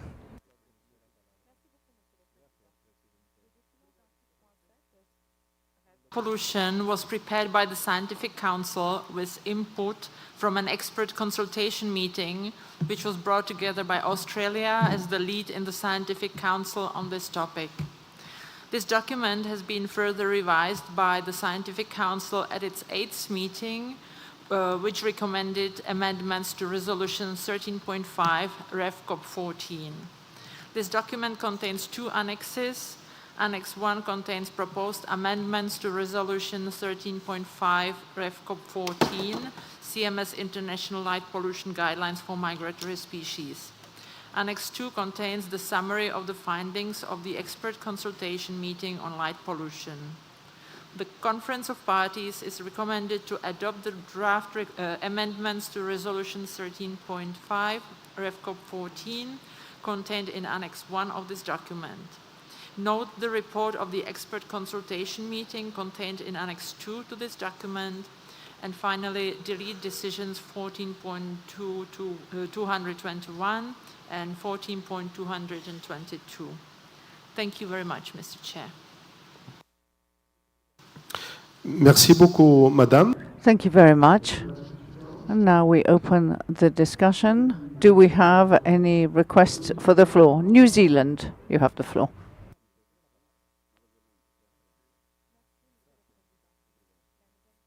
Expert consultation group on light pollution. We consider that light pollution is a growing threat to a wide range of migratory species as urbanisation, new infrastructure development on land and at sea, and an increasing level of vessel lighting spreads out around the planet. The issue is recognised as a key threat in the listing proposals for both gadfly petrels and flesh-footed shearwaters. The CMS initiatives on this topic are important for raising awareness of the issue and ensuring getting useful, up-to-date information is available for parties. This is helping with national planning activities in our country and provides international credibility to the arguments used to reduce the impact of lighting on wildlife. New Zealand supports the draft resolution and agrees on the deletion of COP14 decisions. Thank you.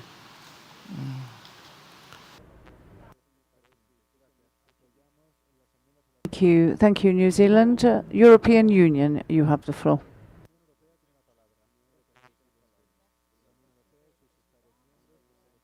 Involved on their work done to ensure the implementation of decisions 14.221 and 14.222, and thank the experts for their contributions on light pollution during the expert consultation meeting.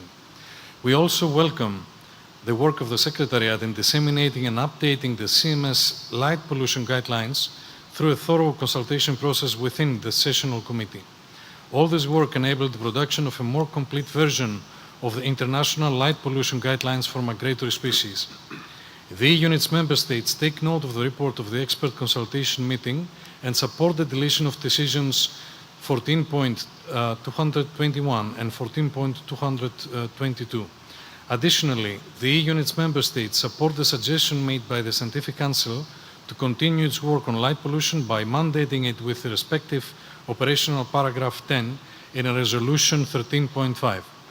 We have several amendments and edits that we will submit in writing for the sake of time. Thank you, Chair.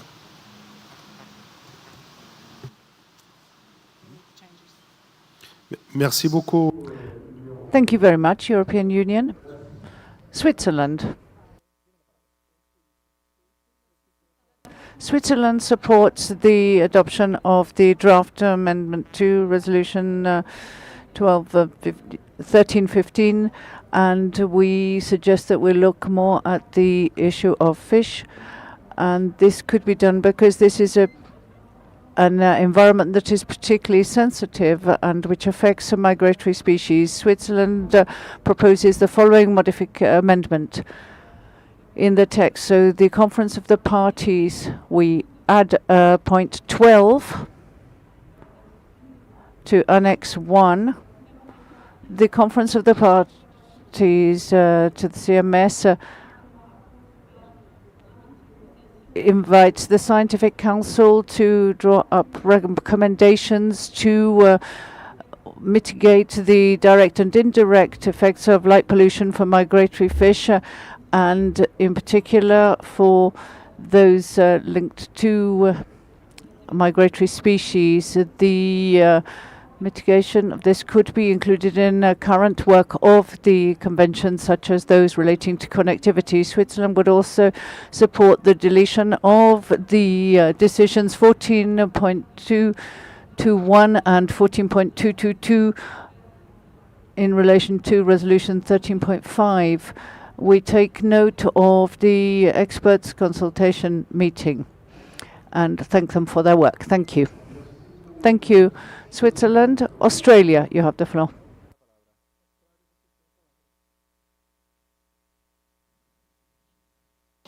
And Australia certainly supports hearing the level of support expressed in the room for the ongoing issue of light pollution and mitigating its impacts. So we thank people for that support, and we will certainly continue to remain heavily involved in light pollution, particularly mitigating impacts on migratory species. And I did just want to raise the point in reference to Switzerland's intervention about including a new operative paragraph 12 about developing guidance on mitigating impacts of light pollution to migratory fish, just to let parties be aware that we are currently in the process of undertaking a project that is identifying or reviewing whether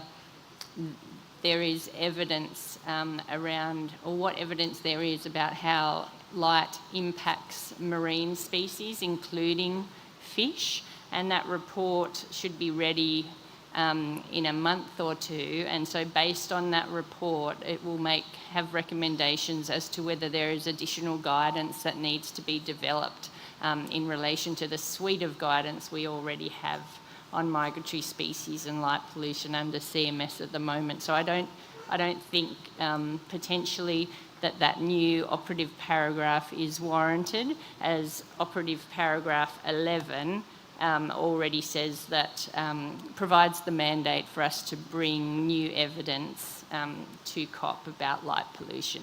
Thank you. Merci beaucoup. Thank you, Australia. We have no further request for the floor, and I would like to come back to the European Union. And the European Union, could you please read your proposals so that all state parties may hear them? Thank you.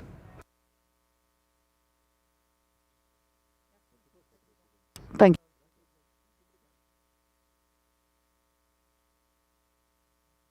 Amendments to resolution 13.5.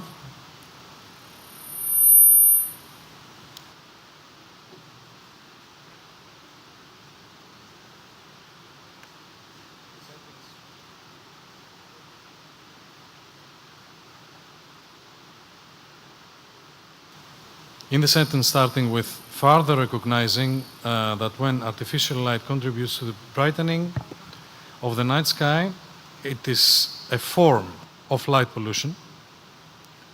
And in the former sentence, we would like to replace the word issue with the word problem. Then we would like to move a paragraph reading recognizing that artificial light at night. This paragraph we would like to move just after further recognizing. And in the next paragraph, starting with alarmed, I'm going to read it with our edits. Alarmed that artificial light is known to adversely affect many species and ecological communities by disrupting critical behaviors in wildlife and functional processes, by interfering with a migratory species' ability to undertake long-distance migrations integral to its life cycle, or by negatively influencing insects as migratory species or as a main prey of some migratory species, being a major driver of insect decline.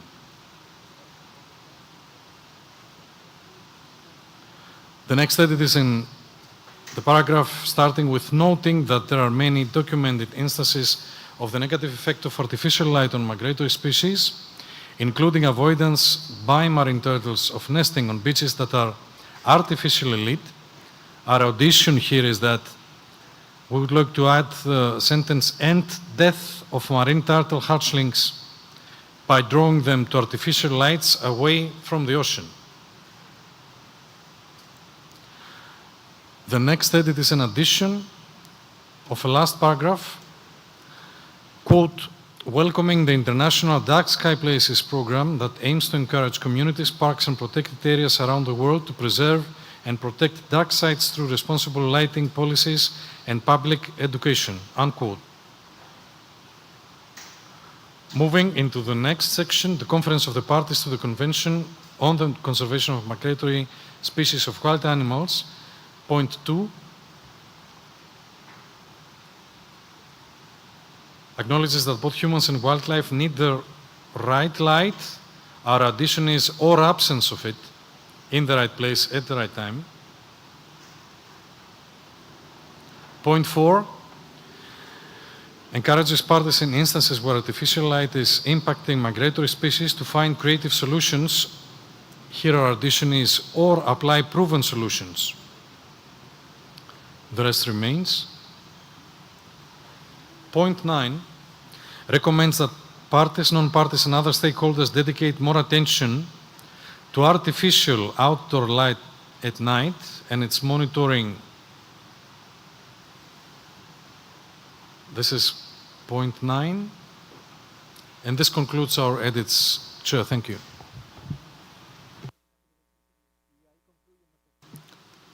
Merci beaucoup. Thank you very much, the European Union. I would also like to come back to Switzerland. Would you still like to have the proposed additional paragraph, having heard from Australia?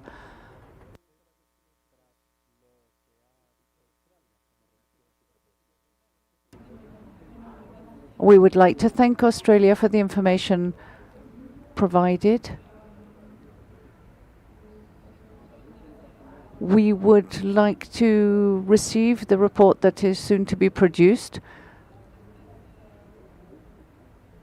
And freshwater fish species are not sufficiently covered in this report, so we'd like to reserve this to see once we see the full report. Thank you. But we can leave the resolution as it stands while we await the report. Thank you. Thank you, says the Chair. Thank you, Switzerland.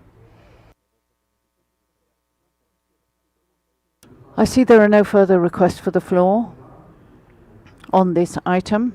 And as you have all seen, and listening to the discussions, there are several proposals to add to and amend this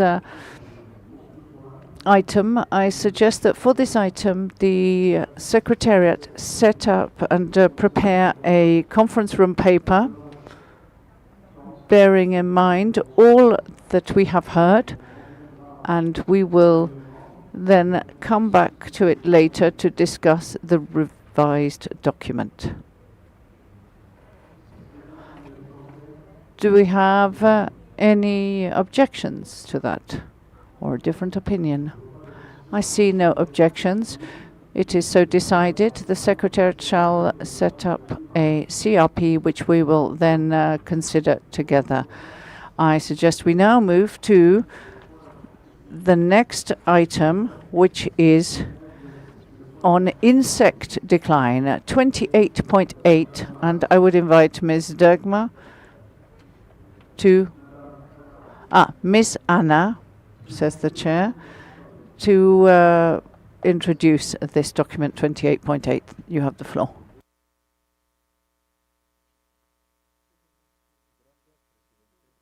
Paragraph 1 on insect decline was prepared by the Scientific Council with input from the Consultative Group on Insect Decline and Migratory Species, kindly chaired by Tim Reinhardt from the German Federal Agency for Nature Conservation.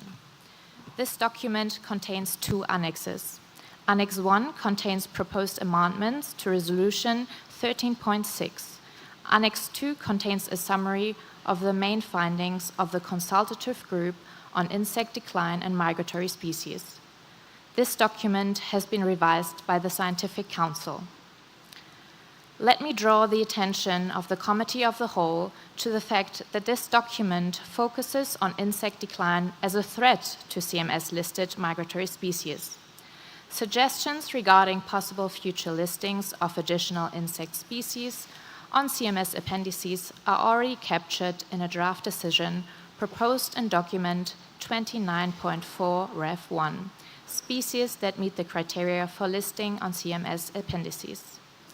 Any comments with respect to possible listing of insect species in the appendices should therefore be raised later under agenda item 29.4. The Conference of the Parties is recommended to adopt the draft amendments to Resolution 13.6 contained in Annex 1 of this document, note the summary of the findings of the consultative group on insect decline and migratory species contained in Annex 2 of this document, and delete decisions 14.216 and 14.217. Thank you, Chair. Merci beaucoup. Thank you very much. The floor is open.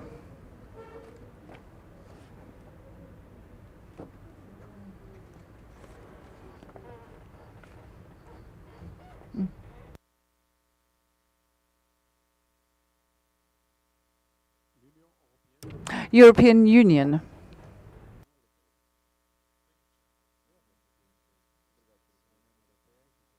Resolution 13.6, including the changes proposed by the Scientific Council with some amendments, which we will be submitting in writing.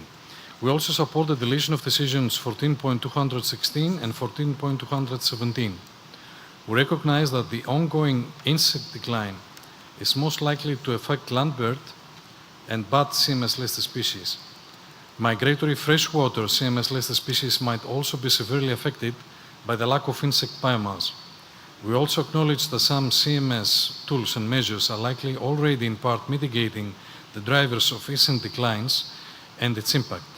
We also recognize that there are gaps in the understanding of the effects of insects on the functioning of ecosystems and their role in the provision of ecosystem services, as well as on the impact of insect decline on the life and migration cycle of migratory species and the cascading effects on food webs and connectivity for migratory species.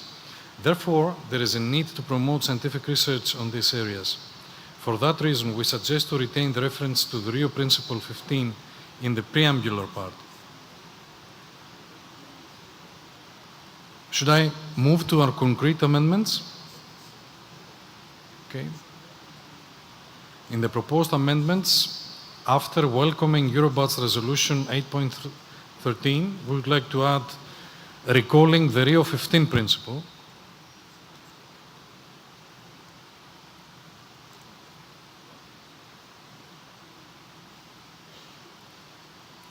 And after further recalling Resolution 11.17, after this sentence, we would like to add recognizing the importance of insects for ecosystem services, including pollination, soil health, and food production. In point 1, under the Conference of the Parties to the Convention of the Conservation of Migratory Species of Wild Animals, we would like to delete subject to the availability of resources. And in point 1C, we have some edits. I'm going to read the whole point. Promote action programs for the conservation of insects and restoration of the preconditions underlying their habitats in consideration of their vulnerability, aiming at the known causes of insect decline, including pesticide usage, water quality and availability, and habitat loss. Under point 1D, we would like to add at the end best practices benefiting pollinators.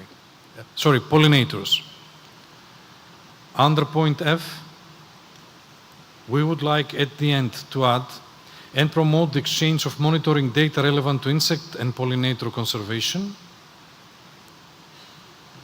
And in the opening sentence of point H, we would like to add, I'm going to read it entirely, promote scientific research and monitoring programs on.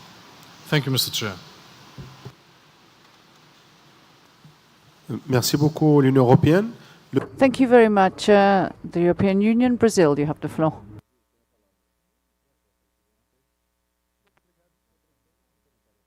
The general decision, with an emphasis on that it's important to strengthen the scientific basis, expanding monitoring and adapting integrated intersectorial approaches to effectively implement the decisions that the document proposes.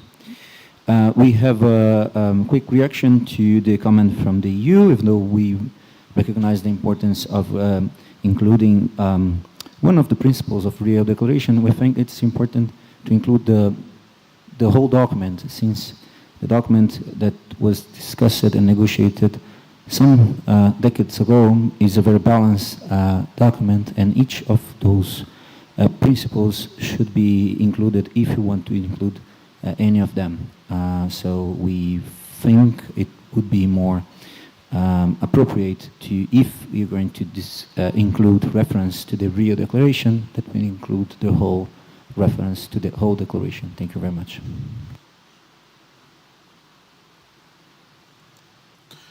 Merci beaucoup. Thank you very much, Brazil. Are there any further requests for the floor? I see no further requests. There were two statements from the European Union and Brazil. And in light of the discussions here in the room, there seem to be proposals which do not fully align. Therefore, I would suggest that the Secretariat prepare a conference room paper, a CRP, taking into account the statements made in the room, and we would come back to this later on in order to finalize this document. Now, once again, allow me to kindly urge parties to work tirelessly together and to try to find common ground and consensus-based proposals. Thank you very much. And now, let us move on to the next item, 28.9, on cumulative effects assessment. I now invite the Secretariat to introduce document 28.9. You have the floor.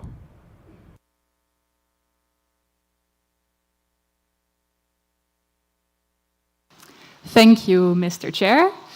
Document 28.9 on cumulative effects assessments was prepared by the Secretariat.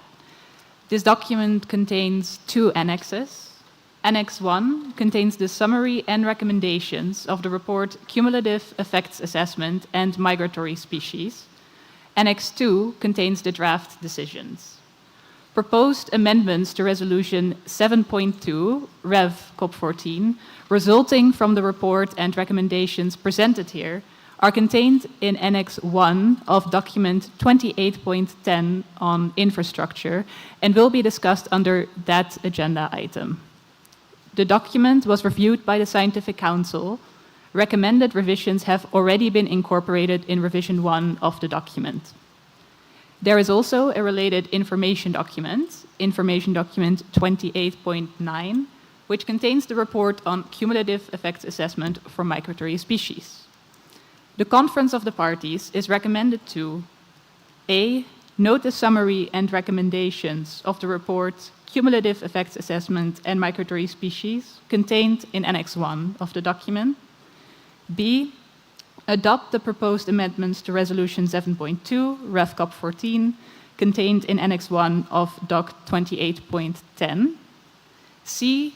adopt the draft decisions contained in Annex 2 of this document, and lastly, delete decisions 14.204 till 14.206. Thank you, Mr. Chair. Merci beaucoup. Thank you very much.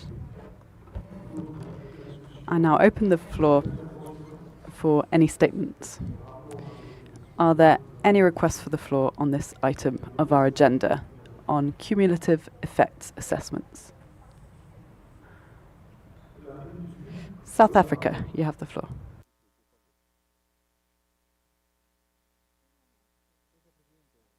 Africa has mainstreamed integrated environmental management approach, which recognizes the use of different tools to assess impact of developments on the environment, including cumulative effects assessment in the environmental impact assessment process. In some cases, specialist studies are required to assess cumulative effects on specific habitats and species such as migratory species. This ensures that there is no negative impact on migratory species, and where such are discovered, these are mitigated using various measures. While South Africa appreciates the significance of cumulative effects assessment in mainstreaming biodiversity conservation into impact management program, the evaluation done by the Secretariat cannot be considered to be conclusive, as only 2 parties responded to the call to provide information, and the fact that further information sourced might be biased to English-speaking countries. South Africa is of the view that it is premature to adopt a decision that assumes that inadequate environmental impact assessment initiatives and policies and national legislations do not exist. Therefore, South Africa proposes the deletion of 15AA to allow actions that are proposed in 15BB and 15CC to further be developed on condition that a further call, including workshops, is extended to parties and other relevant organizations to expand the pool of data and information gathered to inform a more accurate and impactful guidance to parties, including the practical application of the concept of animal culture in cumulative effects assessment without creating further burden or red tape to development, especially in developing country economies. I thank you. Merci beaucoup, l'Afrique du Sud. Thank you, South Africa. The European Union, you have the floor.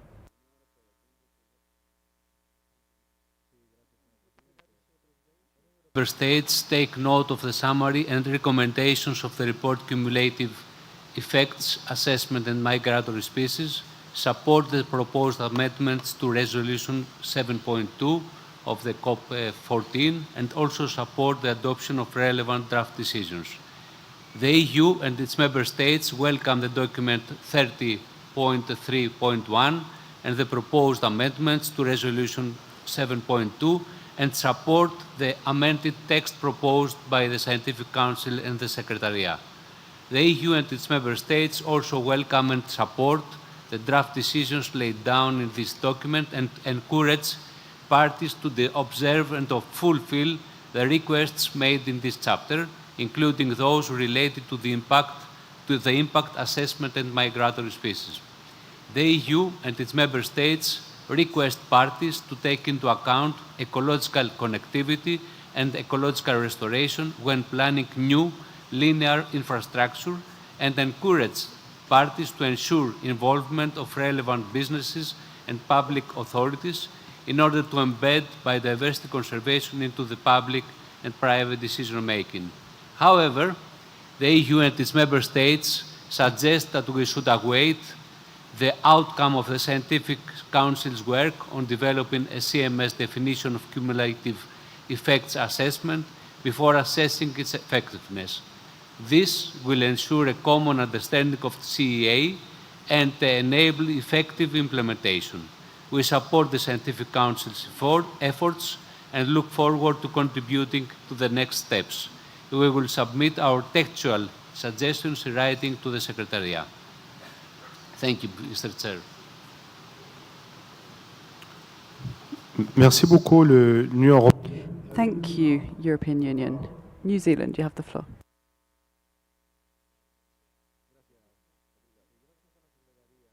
Current state of cumulative effect assessments with a focus on marine migratory species, with examples from various geographic regions.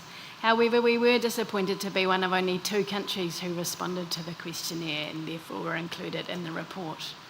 New Zealand concurs that this is a challenging area of work.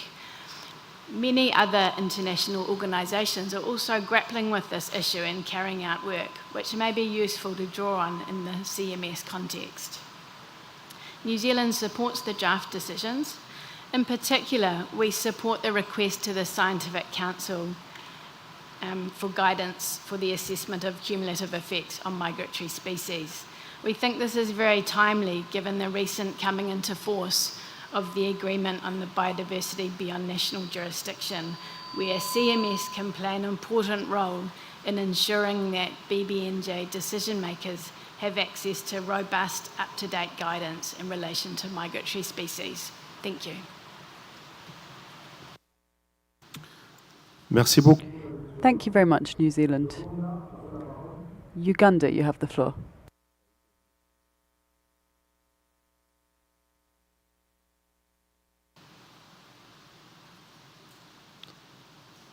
L'Ouganda. Uganda.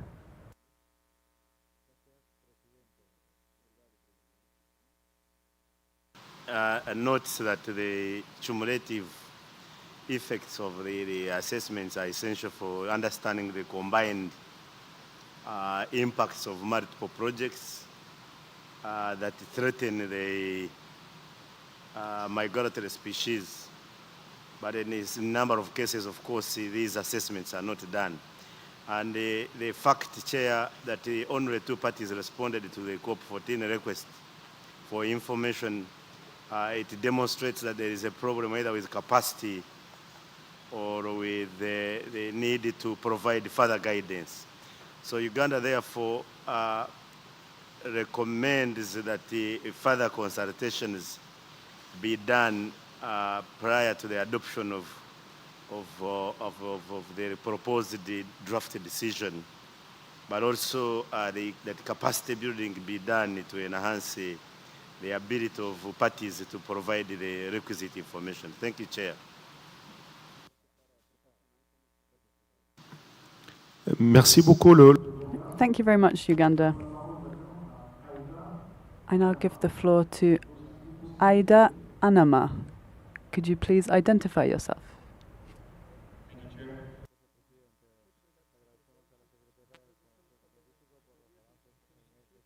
Assessment on migratory species. At this stage, CMS could move further in the incorporation and implementation of these standards that are now being clarified across international law by the International Court of Justice and the International Tribunal for the Law of the Sea. The recent advisory opinions of these 2 bodies are especially relevant in this regard. ITLOS confirmed that states must act with stringent due diligence, apply the precautionary approach, take all the necessary measures to prevent, reduce, and control environmental harm, and ensure environmental assessment, particularly where there is risk of a serious or irreversible harm to the marine environment onto rare, fragile, or threatened ecosystems and species. The ICJ, likewise, reaffirmed that climate-related obligations must be implemented through due diligence, prevention, and cooperation, grounded in science and capable of addressing diffuse, cumulative, and transboundary harm. In the same direction, the 225 report of the UN Special Rapporteur on the human right to the healthy environment is highly instructive, since it reminds us that impact assessment should not be treated as a procedural formality. It should be broad, integrated, independent, science-based, and preventive. These studies should address direct, indirect, cumulative, and transboundary effects and examine alternatives, including the option to not proceed when there is not enough information or of the impact is irreversible and significant. Those recommendations are directly relevant to migratory species, whose conservation depends on anticipating harm before it occurs and on assessing impacts across full ecological range and pathways. For that reason, we believe future CMS work could usefully focus on operationalizing these standards in practice by reinforcing precautionary approach when uncertainty persists, improving transparency and data sharing, and ensuring that ecological connectivity and species movements are treated as central considerations in environmental decision-making. From AIDA's perspective, this is an important opportunity for CMS to help translate evolving international legal standards into more effective protection for migratory species and the ecosystems on which they depend. Thank you very much, Chair. Merci beaucoup. Thank you, Aida. That was the last speaker on my list. I see no further requests for the floor. Distinguished delegates, dear participants, you have heard the discussion in the room. Several additions, amendments, and adjustments were made.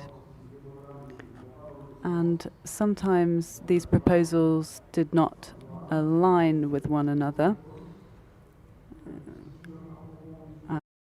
I suggest that more in-depth discussions on this matter be held within the working group on cross-cutting issues.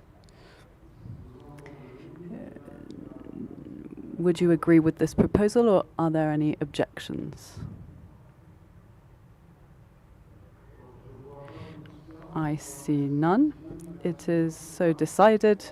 This matter will be referred to the working group on cross-cutting issues for an in-depth discussion. And once again, let me please urge you to show flexibility in order to reach consensus-based proposals within our allocated time so that we may move forward with our agenda and adopt decisions in due time, because migratory species do not wait. This is why we need to work and introduce the tools necessary to be effective. Now, let us move on to the next item, 28.10, on infrastructure. I invite Ms. Clemach from the Secretariat to introduce this document, 2810. You have the floor.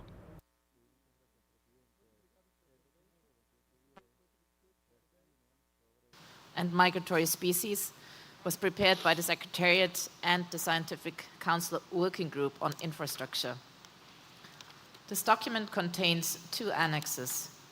Annex 1 contains proposed amendments to Resolution 07.02 Ref COP15, and Annex 2 contains a set of draft decisions. The document was reviewed by the Scientific Council Sessional Committee and has been revised to incorporate the changes made by the Council.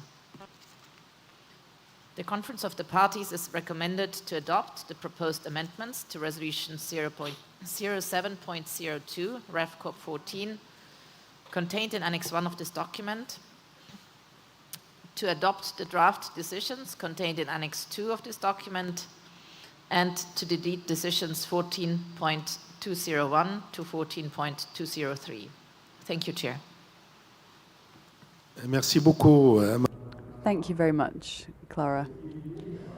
Distinguished delegates, dear participants, the floor is now open. Are there any requests for the floor or proposals on this item?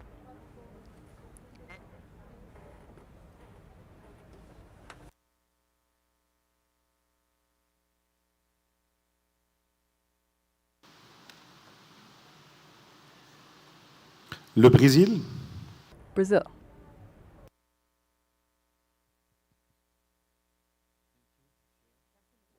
Brazil support the overall objective and the update of Resolution 7.2, as well as the decisions on advancing guidance aimed at better reconciling infrastructure development with the conservation of migratory species.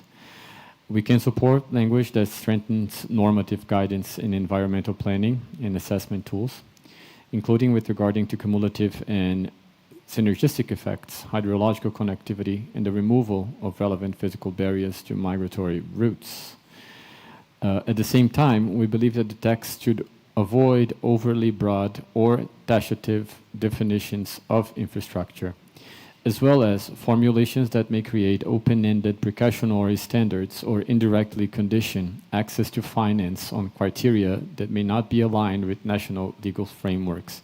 So in this period, we would like to propose the following amendments to Annex 1. For paragraph 1 ter, Brazil proposes the following replacement, so deleting the current version and replacing it with this alternate version. Quote, acknowledges that infrastructure may include, inter alia, linear, water-related, maritime and urban infrastructure, the impacts on on migratory species and ecological connectivity may vary according to topology, scale, location, and technology employed, end of quote. We believe this formulation would preserve the reference to the main typologies of infrastructure relevant to this discussion, but it would avoid an excessively broad or exhaustive definition, recognizing and also would recognize the impacts are not uniform. For paragraph 2 ter, Brazil proposes deletion of the reference to precautionary triggers in the absence of adequate data, as this language is too open-ended and may create uncertainty as to its scope and regulatory implications. Regarding paragraph 14, again, still in the Annex 1, Brazil would propose deleting the current text and replacing it altogether with the following alternative. Instructs the Secretariat to engage with relevant financial institutions to raise awareness of CMS guidance and available expertise on migratory species as appropriate. We will be forwarding this amendment proposals to the Secretariat. Thank you. Merci beaucoup, le Brésil. Thank you, Brazil. The European Union has the floor.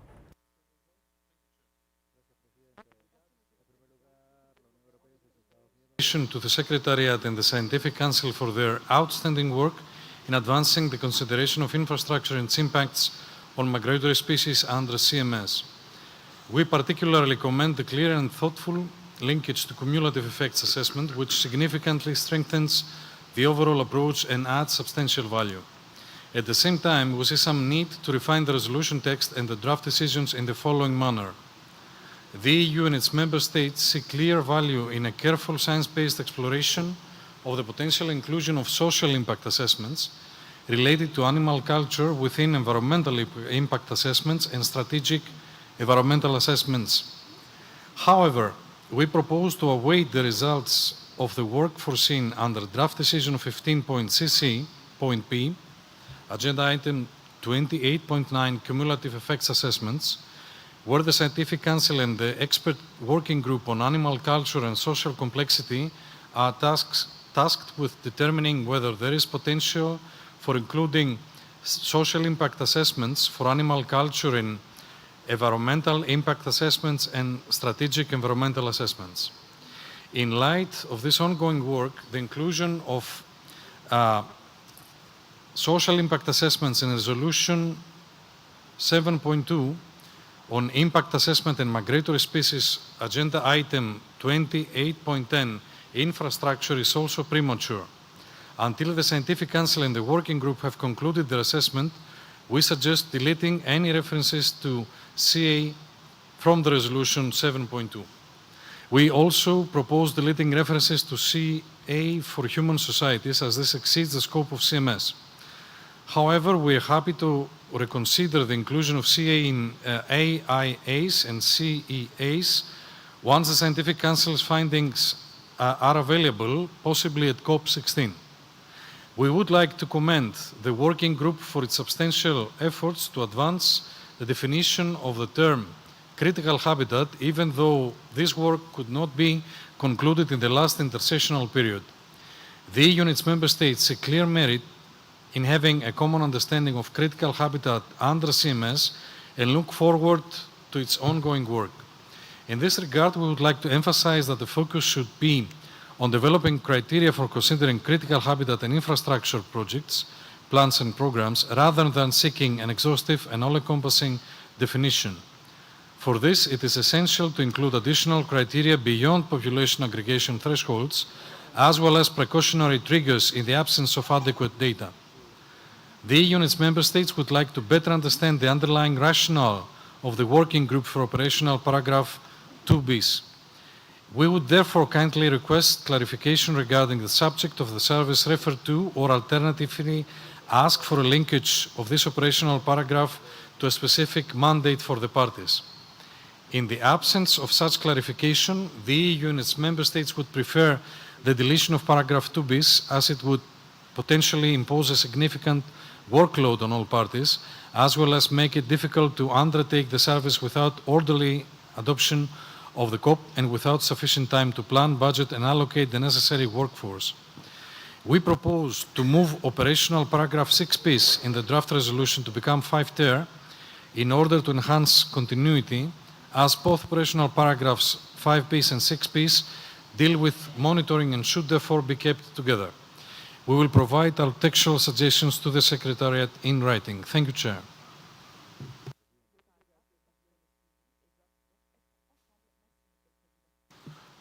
Merci beaucoup, l'Union. Thank you very much, the European Union. I see no further requests for the floor on this item. There were two statements, one from Brazil and one from the European Union.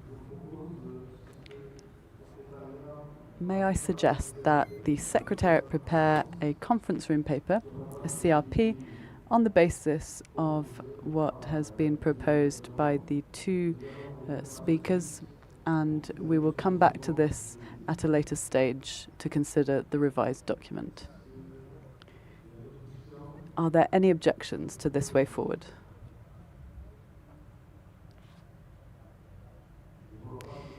I see none. It is so decided. The Secretariat shall prepare a conference room paper on the basis of the discussions in the plenary. Now,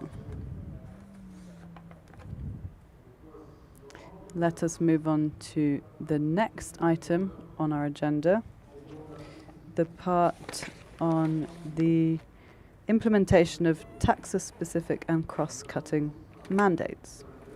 We will begin by item 28, says the Chair, cross-cutting conservation issues, moving on to 28.11 on renewable energy. And I invite Ivan Ramirez to present this document. You have the floor.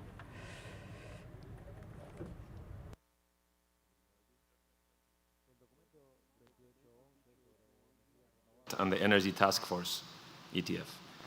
This document contains two annexes. Annex 1 contains draft amendments to Resolution 11.27, Renewable Energy and Migratory Species, and Annex 2 contains draft decisions directed to parties, intergovernmental and non-governmental organizations, the Energy Task Force, and the Secretariat. The document was reviewed by the Scientific Council and has an addendum, where the Scientific Council's comments and recommendations to the COP are provided. The Conference of the Parties is recommended to adopt the draft amendments to Resolution 11.27, Ref COP15, contained in Annex 1 of the document, adopt the draft decisions contained in Annex 2 of this document, and delete decisions 14.207 to 14.210. Thank you. Merci beaucoup, Monsieur Ivan. Thank you very much, Ivan. The floor is now open. Distinguished delegates, dear participants, are there any requests for the floor? Would anyone wish to react?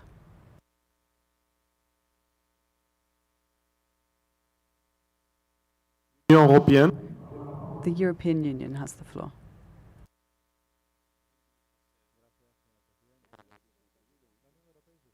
The work undertaken by the Secretariat and the Energy Task Force, and in general support adoption of the draft amendments to Resolution 11.27 of the COP15, including amendments presented by the Scientific Council.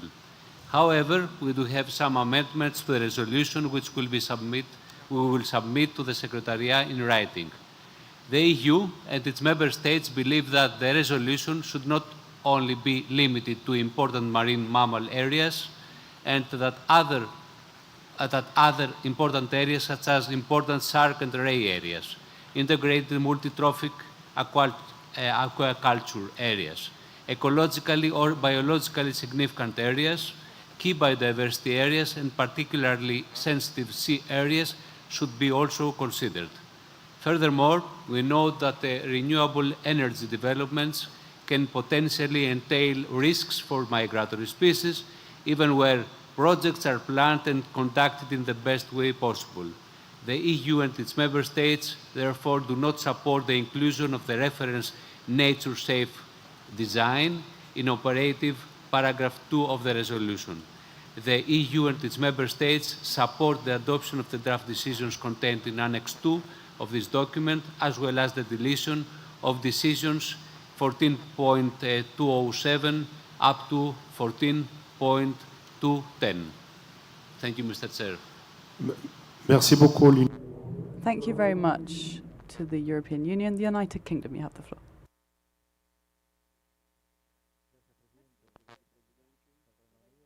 Supports the work undertaken under Resolution 1127 on renewable energy and migratory species. We appreciate the valuable contribution of the Energy Task Force and recognise the increasing importance of aligning the rapid global expansion of renewable energy with the conservation needs of migratory species. With respect to operative paragraph 3, subpoint C on ocean energy, whilst we fully support the protection of marine protected areas and important marine mammal areas, we cannot support language that requires parties to avoid MPAs entirely. The UK has a robust statutory regime for assessing and mitigating impacts in MPAs under our regulations, and these regimes require avoidance wherever possible, and where impacts cannot be fully avoided, strict tests and compensatory measures apply. The current proposed wording does not reflect the role of national governments' arrangements, and we would welcome a more flexible formulation that aligns with existing legal frameworks. And we will provide this writing to the Secretariat. Thank you. Merci beaucoup, le Royaume-Uni. I thank the United Kingdom. IUCN.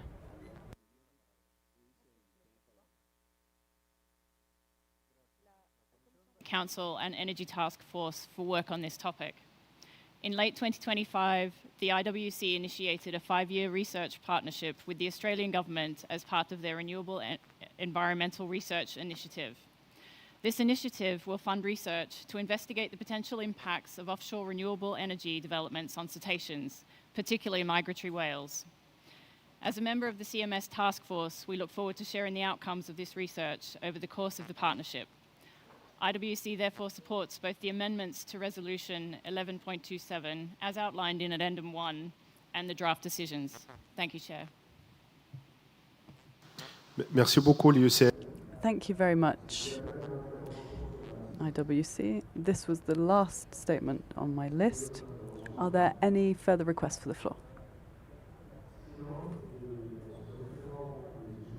If not, on the basis of discussions in the room, I suggest that we request the Secretariat prepare a conference room paper, a CRP, on the basis of what has been said and the proposals made by parties, which we will come back to at a later stage in more depth. Are there any alternative proposals or objections to what I've just proposed? I see that Aida is requesting the floor. You have the floor.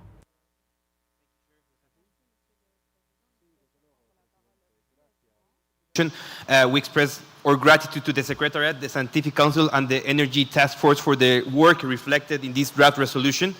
This take makes an important contribution by recognizing that the energy transition and biodiversity protection must advance together. Its emphasis on strategic environmental assessment, sensitivity mapping, cumulative impact studies, and post-construction monitoring is essential to integrate energy, climate, and marine spatial planning in a particular way. This direction is also consistent with international law, the Paris Agreement, the Montreal Global Biodiversity Framework, especially Target 14, as well as the advisory opinions of ITLOS and the ICJ. At the same time, there is room to go a little bit further. From AIDA's perspective, in renewable energy, wind projects, and marine spatial planning in Latin America, one key lesson is that most important decisions are taken early. For that reason, future work could place even greater emphasis on the avoidance-first approach, especially in ecological sensitive marine and coastal areas and along migratory routes. A second area for further progress is participation. Indigenous peoples, fishing communities, coastal communities, and other local communities are knowledge holders and long-standing stewards of marine ecosystems. This early, effective, and culturally appropriate participation is therefore essential, particularly in a marine spatial planning and seeding processes. A third area is transparency. Further progress would be valuable in ensuring public access to environmental information, post-construction monitoring data, and cumulative impact analysis. From AIDA's perspective, this is the direction in which this work can continue to evolve, helping ensuring that the expansion of renewable energy is ecological sound and socially grounded. Thank you very much, Chair.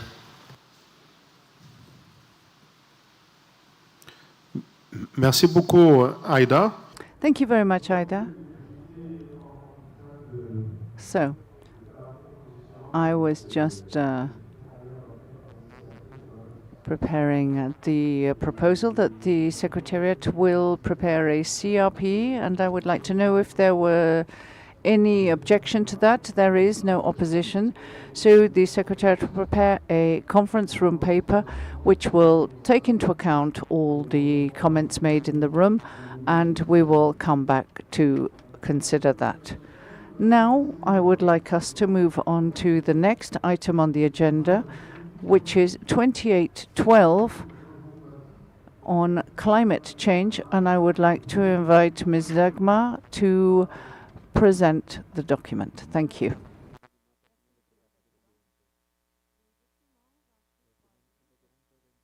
Climate change was prepared by the COP appointed Counselor for Climate Change on behalf of the Scientific Council. The discussions have taken place in the Intersessional Working Group on Climate Change and Migratory Species established by the Scientific Council under the leadership by the COP-appointed Counselor on Climate Change, Des Thompson. Expert workshop on migratory species and climate change organized by the CMS Secretariat and the Government of the UK with their generous financial support in February 2025 in Edinburgh made an important contribution to this work. The document contains 5 annexes.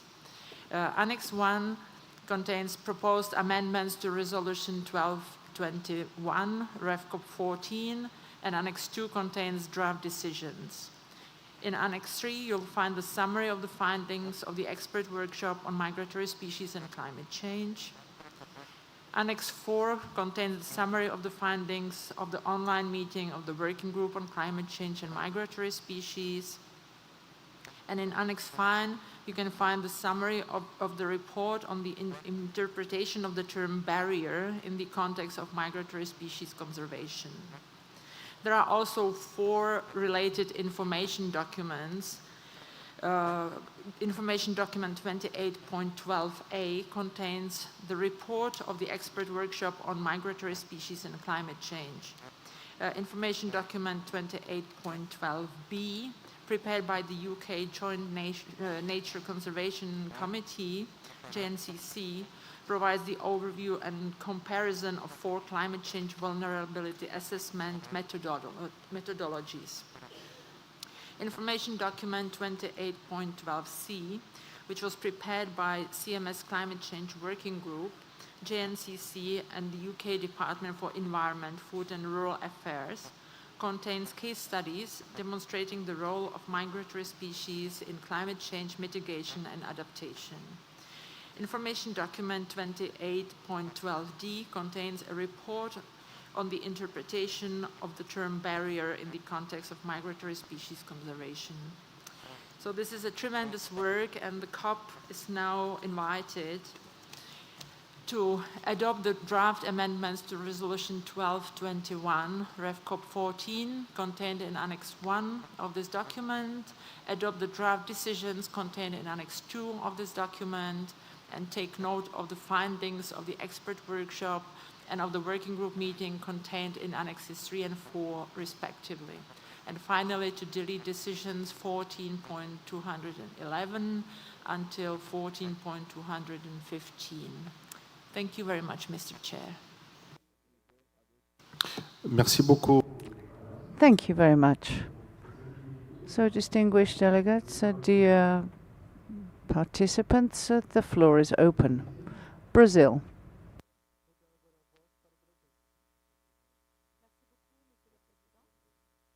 The overall direction of the document and welcomes the efforts undertaken to strengthen the Convention's work on the impacts of climate change on migratory species, including through improved guidance, case studies, and enhanced cooperation with other relevant processes. We recognize that climate change is an increasingly important driver of habitat loss, altered migratory routes, and new barriers to connectivity. And we see value in continued work by the Scientific Council and the Secretariat in this area. At the same time, Brazil would appreciate further clarification regarding Annex 1, in particular the proposed strategy definitions, the reference timescales, and the scales of action envisaged under the decision framework, as these elements may have important policy and implementation implications. Should amendments be envisaged, Brazil would like to propose adjustments to the text, including the addition of a fifth strategy, sustainable use, in order to ensure greater balance and closer fidelity to the objectives and language of the Convention on Biological Diversity. Brazil will submit its proposed amendment to the Secretariat if it's possible. Thank you. Merci beaucoup. Thank you very much, Brazil. The European Union.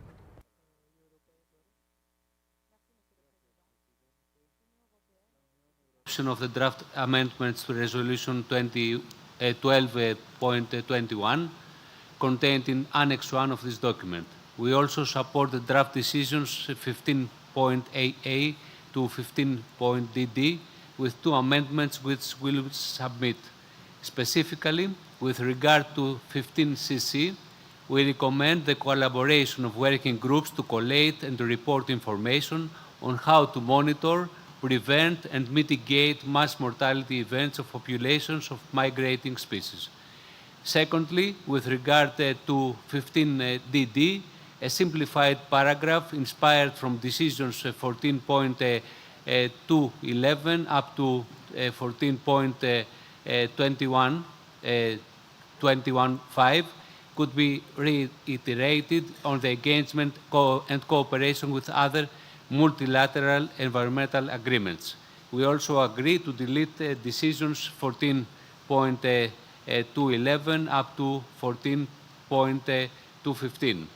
The EU and its member states take note of the expert workshop and working group findings, which underscore the need for horizon scanning, overcoming barriers, and aligning with the KMGBF. The EU and its member states highlight the recommendations for national focal point coordination and reviewing CMS internal coherence on climate issues. Thank you, Mr. Chair.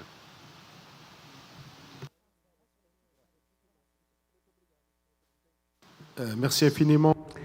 Thank you very much, the European Union. South Africa, you have the floor.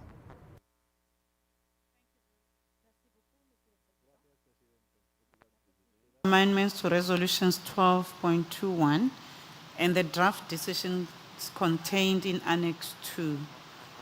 South Africa also supports the draft resolution and the identification of case studies that demonstrate successful actions to strengthen the resilience of migratory species.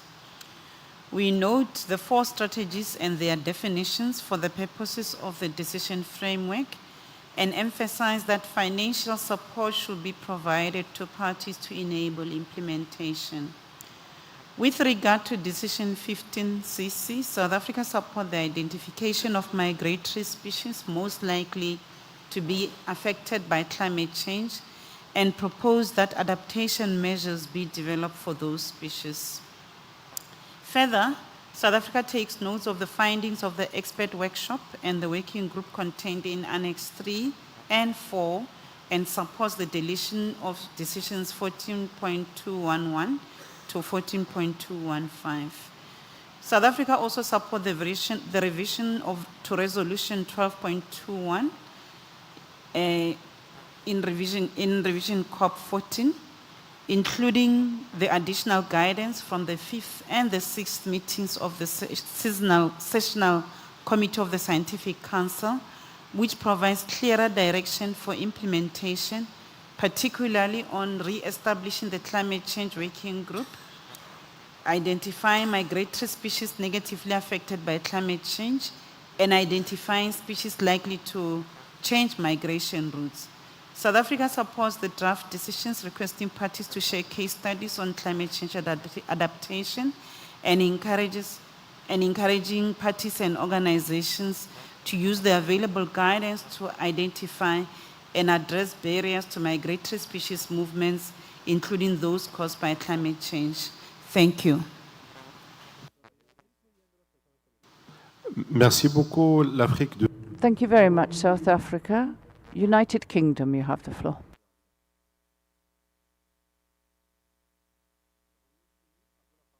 United Kingdom, you have the floor.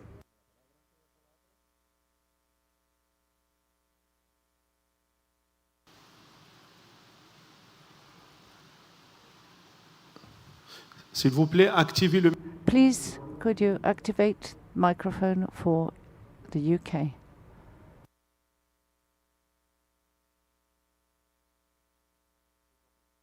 Thank you, Chair. The United Kingdom welcomes the extensive work undertaken since COP14 on climate change and migratory species. We fully support the document and its proposed amendments. We encourage all parties to make active use of the outputs developed by the Climate Change Working Group. The practical guidance and case studies offer valuable tools to help parties understand, plan for and respond to climate impacts on migratory species. Their value will grow as more parties share their own experiences and lessons learned. The UK looks forward to continued collaboration to ensure these resources are widely applied and that momentum in this work stream is maintained. Thank you.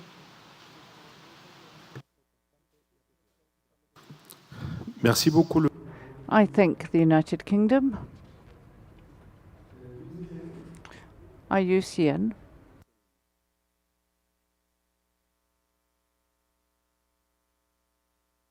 And just to clarify, this statement is on behalf of the International Whaling Commission. The International Whaling Commission would like to congratulate CMS on the excellent work towards this challenging topic and supports both the revision of the decision framework and the draft decision on climate change. Climate change is an ongoing issue of concern for the IWC, being addressed in both the scientific and conservation committees. Representatives of both committees were happy to participate in the CMS expert workshop early last year, and we will continue to collaborate with CMS on this important issue, including sharing any recommendations that result from the upcoming scientific committee meeting. Thank you, Chair. Merci beaucoup. Thank you very much, IUCN. I now give the floor to Audubon.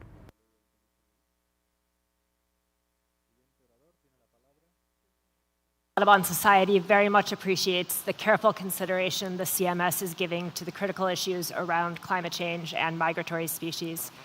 In that light, we'd like to propose a small addition to document 28.12 Rev 1, and that would go in paragraph 15cc, subparagraph C, at the end of 2.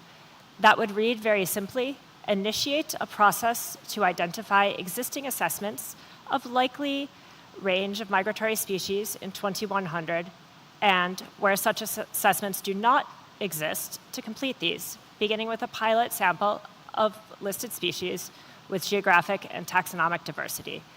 That would go at the end of the description of what will be considered at the workshop. We've sent that by email for consideration, and we look forward to discussing it during the workshop. Thank you.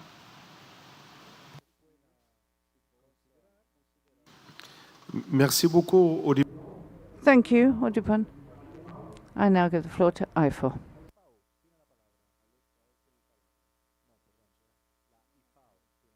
Welcomes the substantial work carried out by the Climate Change Working Group and the expert workshop held in Edinburgh during the intersessional period, in which we were delighted to participate. This work builds on the growing recognition that climate change is one of the most urgent and far-reaching threats to migratory species. At the same time, the vital role many migratory species play in climate mitigation and ecosystem resilience is becoming increasingly well established, yet much remains to be understood and translated into policy action. Strengthening the evidence base on this, such as through the proposed case studies of Draft Decision 15AA, is essential to informing effective climate responses and ensuring that conservation and climate agendas reinforce one another. IFOR supported recent research in Bahrain into the positive role of dugongs for enabling increased carbon capture and storage by seagrass ecosystems. It found that dugongs more than double uptake of carbon by seagrass ecosystems compared to seagrasses where dugongs were absent. We look forward to supplying this and other case studies to support the work of CMS. We welcome the support expressed by parties for the proposed amendments to the resolution and the draft decisions. And we welcome encouragement to parties to make use of the report and the climate change and citations resulting from the excellent collaborations between the CMS and IWC, as well as the proposed re-establishment of the Scientific Council's Working Group on Climate Change, given the important work directed to the Scientific Council in Decision 15CC. We look forward to participating in this work. Thank you, Chair. Merci beaucoup. Thank you very much, IFO. I now give the floor to Born Free Foundation.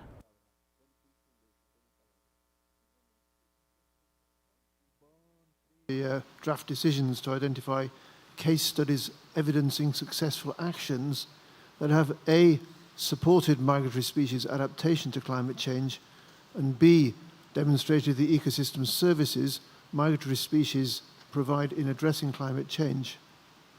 Integrating such case studies would strengthen coherence across the Convention on Biological Diversity, the UN Framework Convention on Climate Change, the UN Convention to Combat Desertification, ensuring that wildlife conservation is recognized as a core component of climate mitigation, adaptation, and land restoration efforts. Born Free also encourages CMS to use the findings of the expert workshop on migratory species and climate change, in which we participated, to inform and strengthen its future work on climate adaptation and mitigation. The workshop's findings provide an important scientific foundation for understanding how climate change affects migratory species and how conserving and restoring their populations can enhance ecosystem resilience and carbon sequestration and storage. The potential for payment for ecosystem services attributable to migratory species, a concept known as PESA, payment for ecosystem services of animals, should be explored as a means of bridging the biodiversity funding gap. CMS should systematically integrate these findings into its policy guidance, strategic planning, and implementation support for parties. And Born Free, of course, is happy to continue helping in this process. Thank you, Mr. Chairman. Merci beaucoup, Born Free. Thank you very much, Born Free Foundation. Distinguished delegates, dear participants, we have heard the different statements on this item related to climate change. We have heard a lot of proposals and suggestions and amendments. And so I would propose that the Secretariat prepares a CRP on the basis of what we have heard in the room, and that we will then come back to review the CRP that shall be prepared, bearing in mind the various suggestions made by parties. Are you in agreement with that way forward? If I see no objections, I see no objections, so it is thus decided. We will continue in that manner. Dear colleagues, distinguished delegates, we still have 10 minutes before us, so I suggest we move on to item 28.13, the conservation implications of animal culture and social complexity. And I would invite Ms. Hydron of the Secretariat to present this document. Thank you.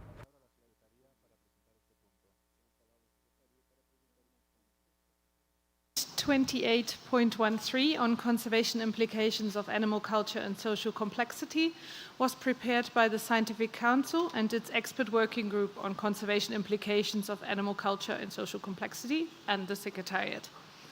The document contains 3 annexes. Annex 1 contains terms of reference for the expert working group on animal culture and social learning. Annex 2 contains a draft resolution. Annex 3 contains draft decision. The document was reviewed by the Scientific Council and has been revised. There is also a related information document 28.13, which contains a statement on human and animal culture as determinants of dynamic spatial units for species conservation action, stemming from a joint CMS IUCN side event at COP15. The recommended actions for the Conference of Parties are to adopt the terms of reference for the expert working group contained in Annex 1 of the document, to adopt the draft resolution contained in Annex 2 of the document, to adopt the draft decisions contained in Annex 3 of the document, and to delete the relevant decisions 14.227 to 14.230. Thank you. Merci beaucoup, Madame. Thank you very much. Dear delegates and participants, the floor is open. Do we have any requests for the floor on this agenda item on the conservation implications of animal culture and social complexity?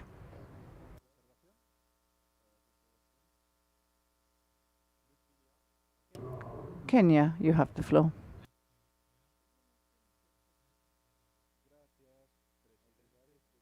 Culture, that is the social learning of behavior and complex social structures, are critical factors for survival, requiring a shift in conservation strategies from just protecting numbers to protecting social structures and knowledge. Kenya is currently doing some work with organizations like the Amboseli Elephant Research, Save the Elephant, Born Free, Lion Guardian, among others, to address challenges caused by the complications. Kenya supports the recommendations of the Scientific Council and its expert working group on conservation implications of animal culture and social complexity and Secretariat. Thank you, Chair. Merci beaucoup. Thank you, Kenya. Do we have any further requests for the floor?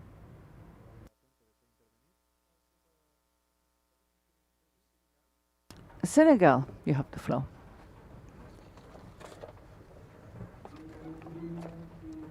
Senegal supports this proposal. We must note that animal culture is also linked to acquired behavior, which strengthens the behavior of many terrestrial species, such as chimpanzees. It also can be seen in cetaceans. And this is linked to behavior that is learned with adults. And today, many interactions and where we have conflict or bycatch may be linked to this cultural behavior, in particular when it comes to migratory species. So I think it is important that we strengthen this animal culture, which was adopted by CMS as a subject at COP15. Thank you. Thank you very much, Senegal. And I would like to give the floor now to Ocean Care.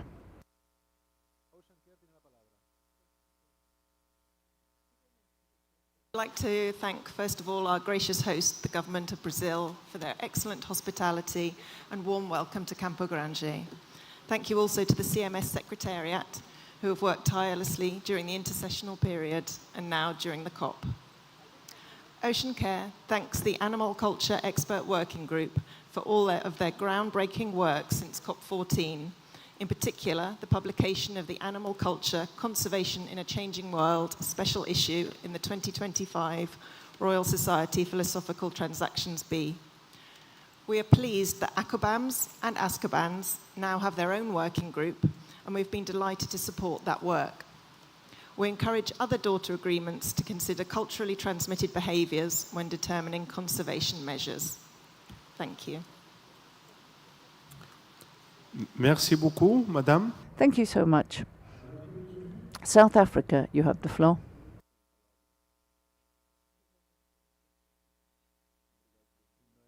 Legal regulated hunting is not a major threat for CMS listed species, as we have safeguards such as biodiversity management plans for species and ecosystem. In South Africa, legal regulated hunting is also assessed through the non-detriment findings methodology undertaken by the scientific authority that advises the minister on decisions to be taken when quotas are set. South Africa believes that resources should not be wasted on areas that are not a threat, but on those that enhance conservation and sustainable use of migratory species where applicable. The focus should be on important threats to species that have been identified as threatened. If overharvesting is a threat for a particular species, specific attention should be given to that specific aspect of that species and how culture is affected in relation to its ability to adapt and survive. Resources should therefore be focused in areas where the CMS can have maximum impacts, which is major threats. We also maintain that CMS is not the vehicle where resources should be provided to conduct research on all species and all aspects of animal culture. Once again, we emphasize that specific attention should be given only to species that are under threat, focusing specific threats and considering implications of animal culture to improve conservation actions and status. The manner in which this document is drafted gives an indication that there is no clear focus on priority areas, but rather a general exploration of the concept and then considering how this may impact conservation measures. We believe that this is not resource efficient nor focused. We would like to therefore propose an amendment to 14.299A 1X to read, focus its work on exploring the impacts of identified threats and delete the word hunting on social structure. Thank you, Chair. Merci beaucoup, l'Afrique. Thank you very much, South Africa. Zimbabwe, you have the floor.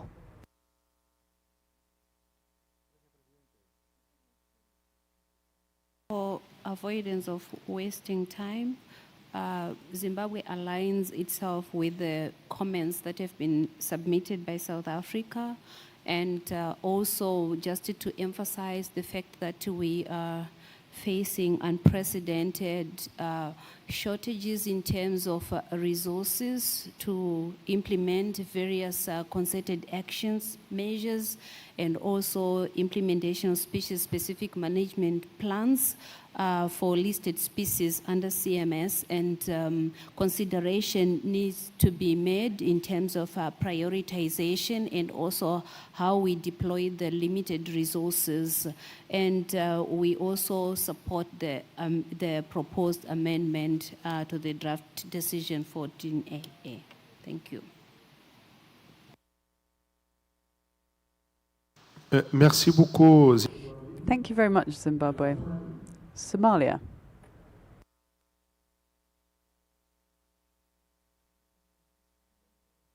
extensive and largely understudied marine and terrestrial ecosystem, particularly along the Western Indian Ocean.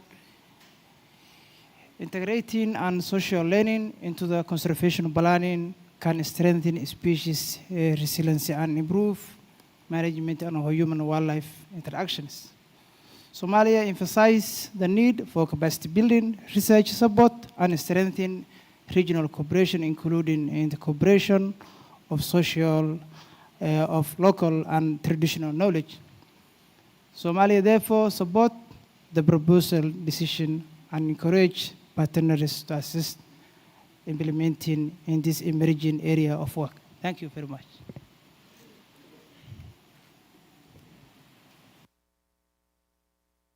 Merci beaucoup.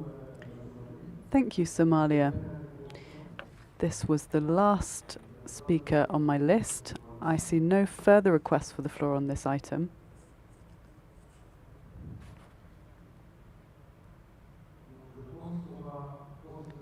Therefore, I suggest that we proceed in the same way as previously.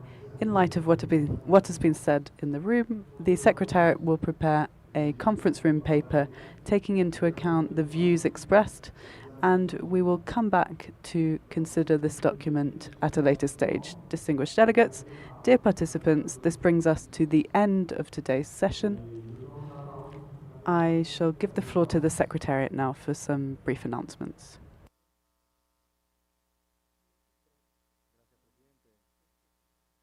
Things taking place after this. Firstly, the Bureau will meet for the first time, so that's all of the standing committee members and the other office holders will meet in the Ariana room, that's the giant otter room, just over there, immediately after this meeting, so to go directly there. The Budget Working Group will meet in the Piramatuba room. Avian Working Group will meet in the Albatross room. Terrestrial Working Group in the Onca Pintada, or Jaguar room. And finally, the Cross-Cutting Working Group will meet in the Pantanal room, and that will start at 1900 hours, 7 p.m. only. The others will start at 18:15. The Bureau will start immediately. Thank you. Merci infiniment. Thank you very much to the Secretariat, distinguished participants, distinguished delegates. We have worked very hard today, and I'd like to thank you for your commitment and your energy within this room. And I urge you to please, within your respective working groups, to work together as much as possible so that we can finalize documents and find a common ground. I hereby declare today's session adjourned, and we will resume tomorrow morning at 9:30 a.m. Thank you very much, and I wish you a pleasant evening.